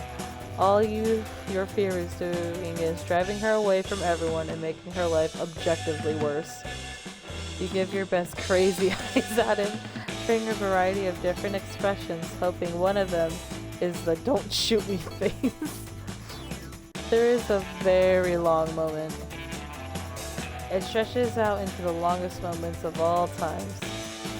You start to wonder if time itself has stopped. Patty is silent. Matthew is silent. The quad is silent. Not a single voice drips. Then Sheriff Matthew spits to the side. Patty, do you agree with any of the drivel that came out of that boy's mouth? Patty nods. Well, I think you should bring this friend of yours around for dinner sometime. Matthew pats you on the shoulder and walks past you, and just walks off towards the parking lot. You see Bao across the way staring straight at you. She mouths, "Holy shit," very widely. I can deal with him. You didn't have to do that. Oh boy. She kisses you on the neck and grabs her hand while she does it. Her fingers intertwine with yours. The kiss isn't just a peck on the cheek. You feel her lips press against you. You can feel your heart beating in your chest. But thanks. She says this gently like a whisper before she heads off. It's several minutes before you can think again. Go boy, we got achievement. The daughter also rises. Complete the third romance scene with Patty. Oh boy, what is our score with her? 56! Only 56? Bruh. After a very strange day, you make it back to your dorm. It's harder to focus on homework than you expected. All you can think about is that tower and how dark it would be if you fell off of it in the middle of the night. Jesus Christ! Sleep does not come easily. Once more you find yourself staring out the window at night. However, tonight is too dark. Maybe there's no moon, it's just black. Sleep comes eventually. Got an achievement. Getting a hang of it. Survived day 3, and there's only one more day before excuse me, the outbreak. The tower is still roped off, but there doesn't seem to be any cops on campus around anymore, at least. We're missing someone. French class is mostly boring for once, though Jill didn't come to class today. There's an odd feeling in the air as you make your way into gym class. Okay, you young minds, line up. Oh, I didn't know they had outfit changes. That's something. We're playing Horde today. It's like dodgeball. Only instead of getting out, you go to the other side. Aim for the ankles. 2 points. What the fuck? Below the neck and above the knees only. Anything else gets you gum duty. Good. Lame. The game goes like any dodgeball game. People rush and grab the balls. They go flying this way and that, and you suddenly realize that it's only you and Bao on your side, and Bop. You're on my team now. Sorry. And then it's just you on one side and the rest of the class on the other. Just close your eyes. I'm not the last one. Yes. You face the rest of the class. A half dozen dodgeballs raise up. Aim for his ankles. Jesus, woman. Do not aim for his ankles. The other students raise the ball into the air. A half dozen red dodgeballs ready to go. Flying. No way to dodge, catch, or do anything, but get struck. Do it. It could have been any of you instead of me. Not my face. Do it. Alicia nods, and her ball flies first. The others come after. The game ends as you're impacted with enough dodgeballs to take you off your feet. Game's done. Okay, everyone. Good hustle. Free time for the rest of the period. For the rest of class, people break up into little groups. You're playing Foursquare when you see Alicia and the coach talking in his office. Oh boy. Alicia seems oddly calm. The PE teacher seems to be yelling at her. After a while, it gets so loud everyone can hear it. Alicia walks out of his office, seeming to leave the teacher mid-yell. The PE teacher looks over through the glass of his office to see the whole class watching. He comes out, his face a bit red. What are you all staring at? Class dismissed. Go shower or whatever you all do after class. The students don't need told twice, and everyone rushes off, taking the free time. You take your time heading to the shower, thinking you're all alone. However, you hear one of the showers is on. Oh, it's the guy's shower, so you didn't think it was that a big deal. However, you see through the steam, and the shape is not male. Is that Alicia? Oh god. The hell, dude? What are you doing? But this is the...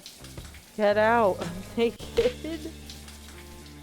A washcloth hits you right in the face, forcing you to retreat. Perv. The fuck? You got an achievement. This is private. Had a shower encounter. Oh god, what? How negative are we? Negative 15? Bruh. Where's Patty? You decide to hang out with Patty at the library. She seems like she needs to talk. Pretty crazy what happened with the tower, right? One moment you're, well, my dad says it was a homeless guy who looked like he'd been in a car accident. What is this music? Are we stuck in an elevator? So I don't know if I call that a life. Patty doesn't seem to mean that in a mean way, despite how her words came out.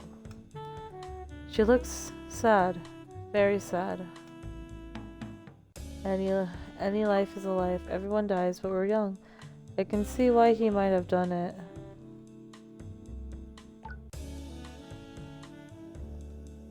Yeah. Being old and hurt, nowhere to go, no one who cares about you. Maybe all delirious. Patty rubs her arm and goes quiet. She takes a few moments, but eventually she says, I don't want to end up like that. End up alone? End up old? End up suicidal? End up alone? No. No, I don't want that. I'm very scared of that. She swallows hard, taking a slow, deep breath. I think I'm more scared of that than I am of death. I just keep thinking about... Okay, look, don't think I'm self-centered, at least not. She stops for a moment. Maybe I am, but I just keep thinking of myself old and alone, and I'm so scared of it. I want a big family. I want lots of kids. I want people around me all the time. I never want to be wandering the highway alone and afraid at night. Not ever. She gets a sort of pouty look on her face. Of course, who would ever want someone who can't even cook? She kind of rolls her eyes over to you in a slow way, obviously wanting you to just tell her something nice. Don't fish for compliments? Damn. There's a lot more to you than cooking. You're cute, you'll be fine. Damn. There's a lot more to you than cooking. You think so? She says this in a way that sounds so hopeful. Yes, of course. What else do you think I have to offer? She tilts her head back, her eyes focused on you. Oh no. The trap sprung shut. You have to say something. Your, good looks, upbeat attitude, artistic nature, upbeat attitude. Upbeat attitude. Haha, what? Like a cheerleader? I mean, I didn't. Patty suddenly puts her hand against your mouth. I didn't say that was a bad thing. I want to be a cheerleader for the right person. You know? All you can do is nod. She nods back and removes her hand. Sorry, didn't mean to, heh. The conversation drifts to a less serious topic. She mostly talks about how she wishes some flowers could bloom all year round because she thinks they're pretty. I mean, flowers are pretty, so yeah.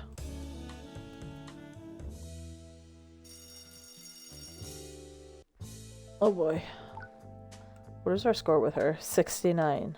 Nice. History class with the PE teacher goes like it normally does.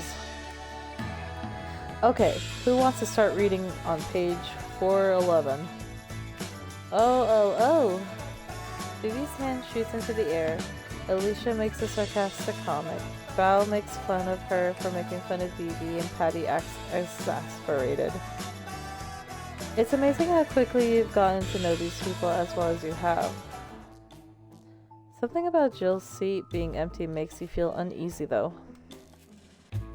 In 1855, John Snow published an article that is widely viewed as the watershed moment in germ theory. Just read the book. Actually, though, this was the second edition of the article. I'm pretty sure he published it first in 54 or 53. I need to check. Just read the book. It's wrong, though. Patty, could you pick up where Phoebe left off? Gladly. Ahem.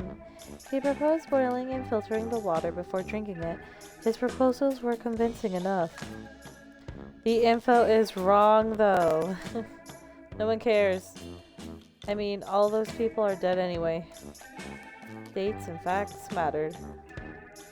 Poof. Quiet. This is a classroom, not a debate hall.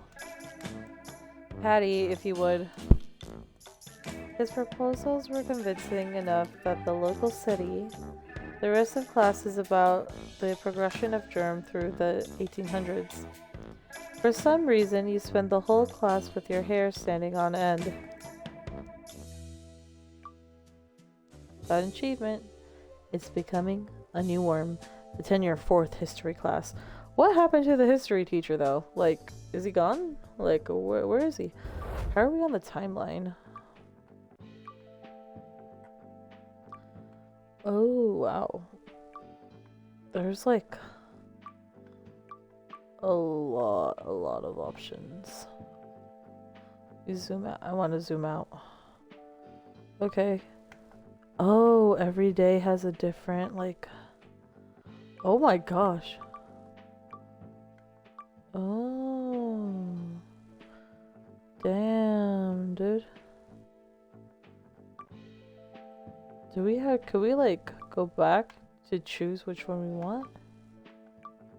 Oh, I see, you can. Oh wait, can you? There's like no way of like deliberately actually checking.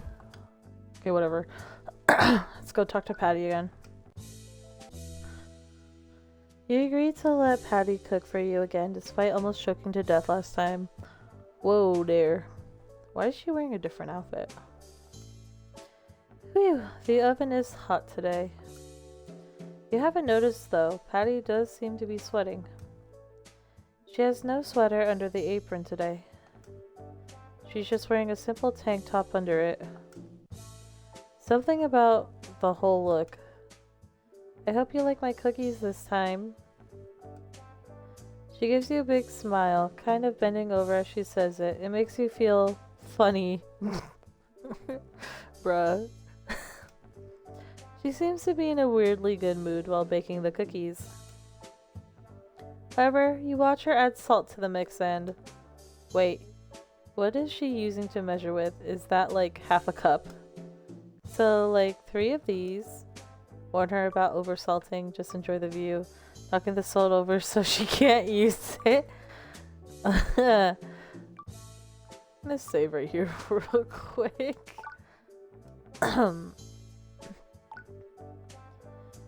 Warn her about oversalting. That's not, careful with the salt. Huh? What do you mean? It takes you a bit, but you get her to use the right measurement tool for the salt. She seems to think a teaspoon was 1/4 of a cup for some reason. Bruh. Oh wow, you seem to know a lot about cooking. You really don't. However, she seems to mostly be on the right path now. About 10 minutes later. Cookies are done. Make sure to let them cool. Oven mitts and apron, she carries the tray of cookies over to you. Honestly, you forget what the cookies taste like. You say something about how good they taste. Thanks, I hope I can make cookies for you again. She makes sure you take the one that you both don't eat. What? She makes sure you take the ones that you both don't eat with you when she's done. Plops back on the counter.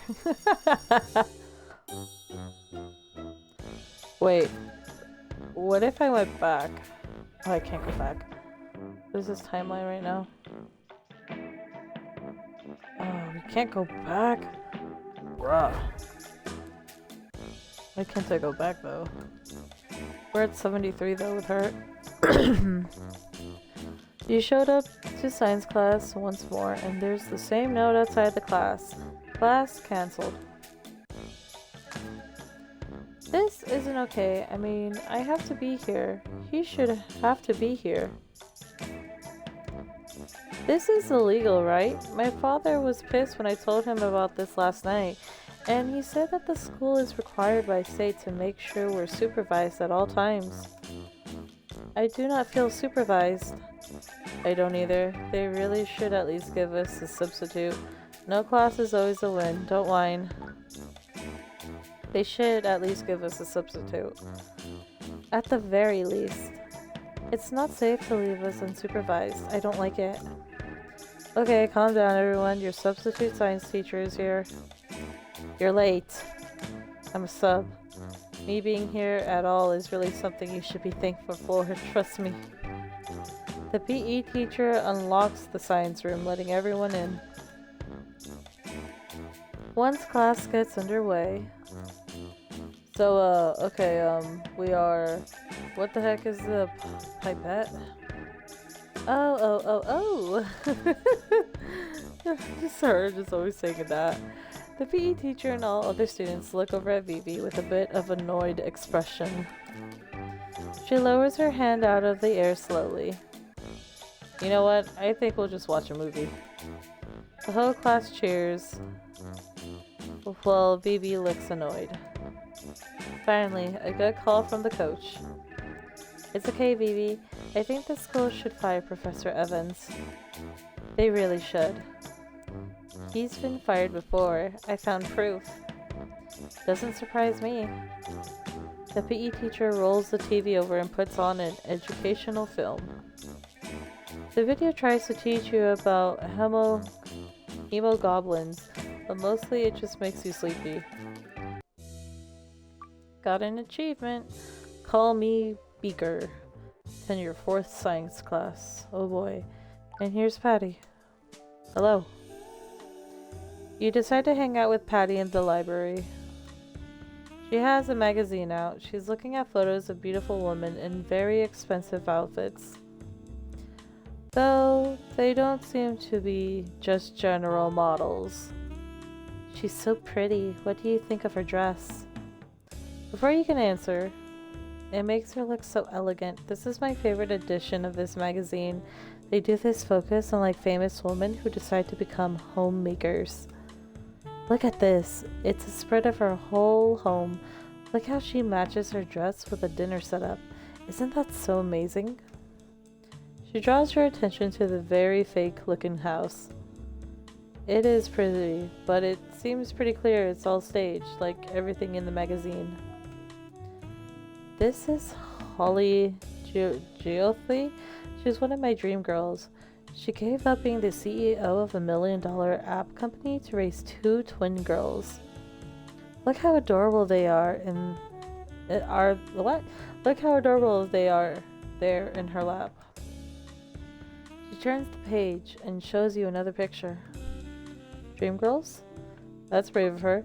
If she's rich, can't she just get a nanny? Dream girls? Dream girls? What do you mean? Oh, aha, did I say that out loud? She looks embarrassed for a moment. It's the girls that I dream I could be like, somehow, someday.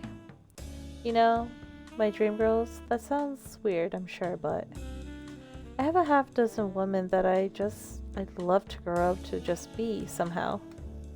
I hope I can find the right person to start a family with someday. Someone who wants that too, and wants that sort of white picket fence life. Patty gives a big sigh and looks off. I hope I can find someone like that soon. Did she just grab us? At first you think she wants you to say something, but instead she pats your shoulder and puts her stuff away. Okay, see you around.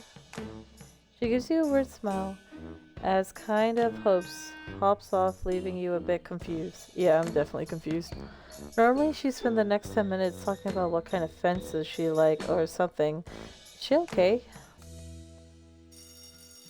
Oh boy. 87, dang.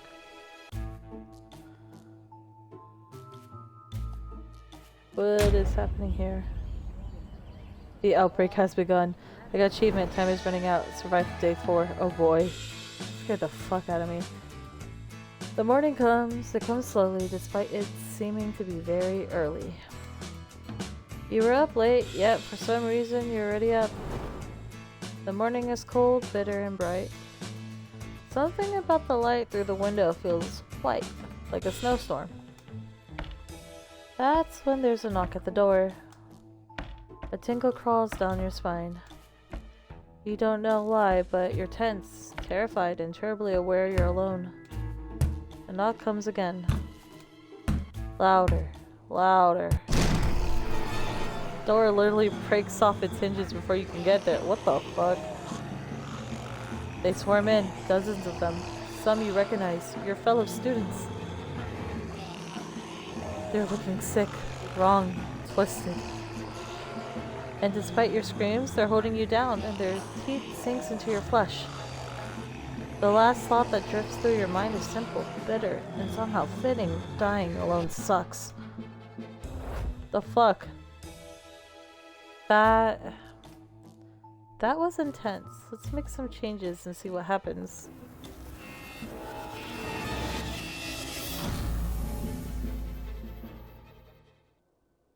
The fuck just happened?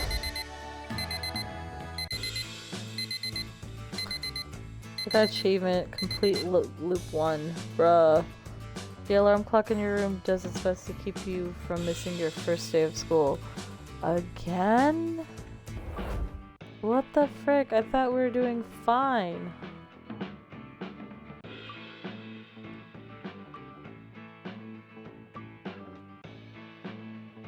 What the heck? Alright, I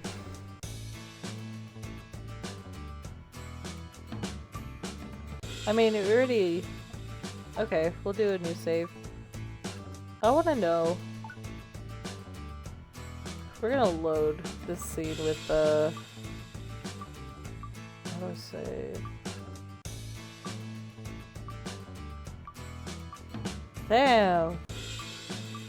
Why are there so many autosaves? Yeah, okay. Let's upload this one. I want to see what happens if we just stared at her. Just enjoy the view. You can't really say anything, you're just watching her. She is fun to watch, cooking and shifting. The apron somehow making her look older, more mature, motherly. In a way, that's... You don't know what it is. You like watching her cook. Cookies are baking. We've got like 10 minutes where we just have to wait. She pulls off the oven mitts and comes to sit down on the table next to you. The apron resting over her and the way she sits, something about it makes you feel like you're the one baking, not the cookies. It makes the back of your neck feel hot. Put your hands on her thighs, just wait for the cookies.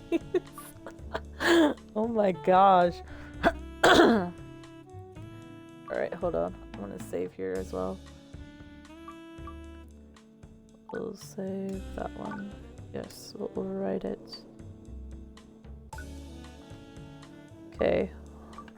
What if we put our hand on her thigh? You move to put your hand on her thigh. Fast like a trap swinging shut, her hand grabs yours. She looks at you with a sudden intensity. She seems to want to say something, her face going bright pink. Then she pulls you into a kiss, hard and firm. It hurts.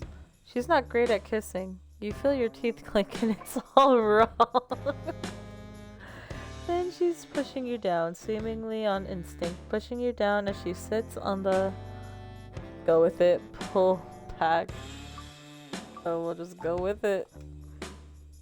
It's so warm down there, her thighs are softer than you expected. Fuller.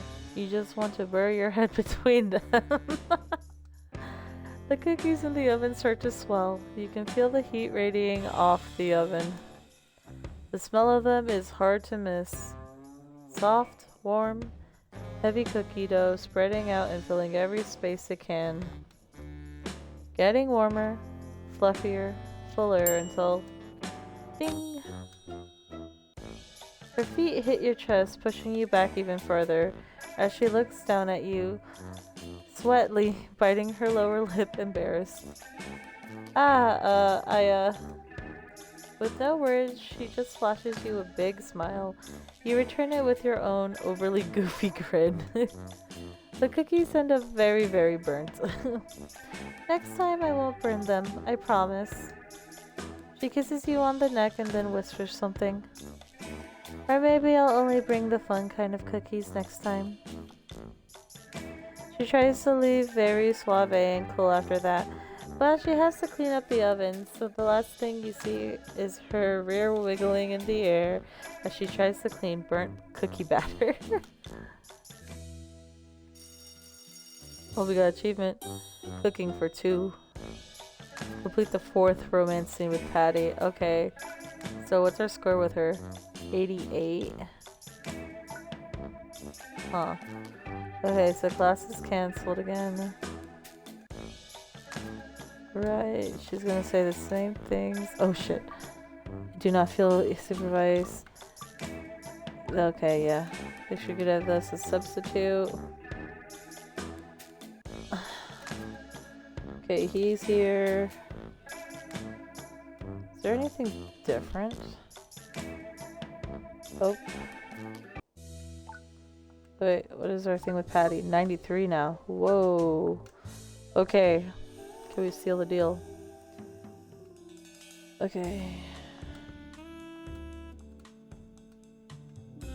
Alright. She's going off her thing. It's brave of her. Dream Girls will talk about the same thing again.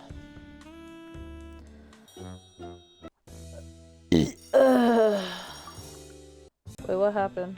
Oops, I didn't mean to do that. 102? Okay. Wait, are we still getting the same ending then?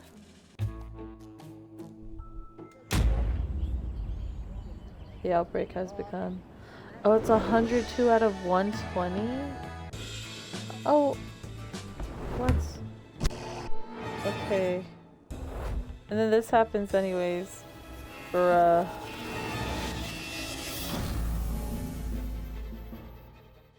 Okay.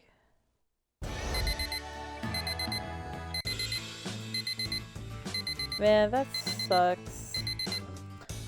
Okay. We're gonna have to start all over again. How nice. Okay. Well, yeah. That's annoying, but I guess it's all part of the game anyway. Alrighty.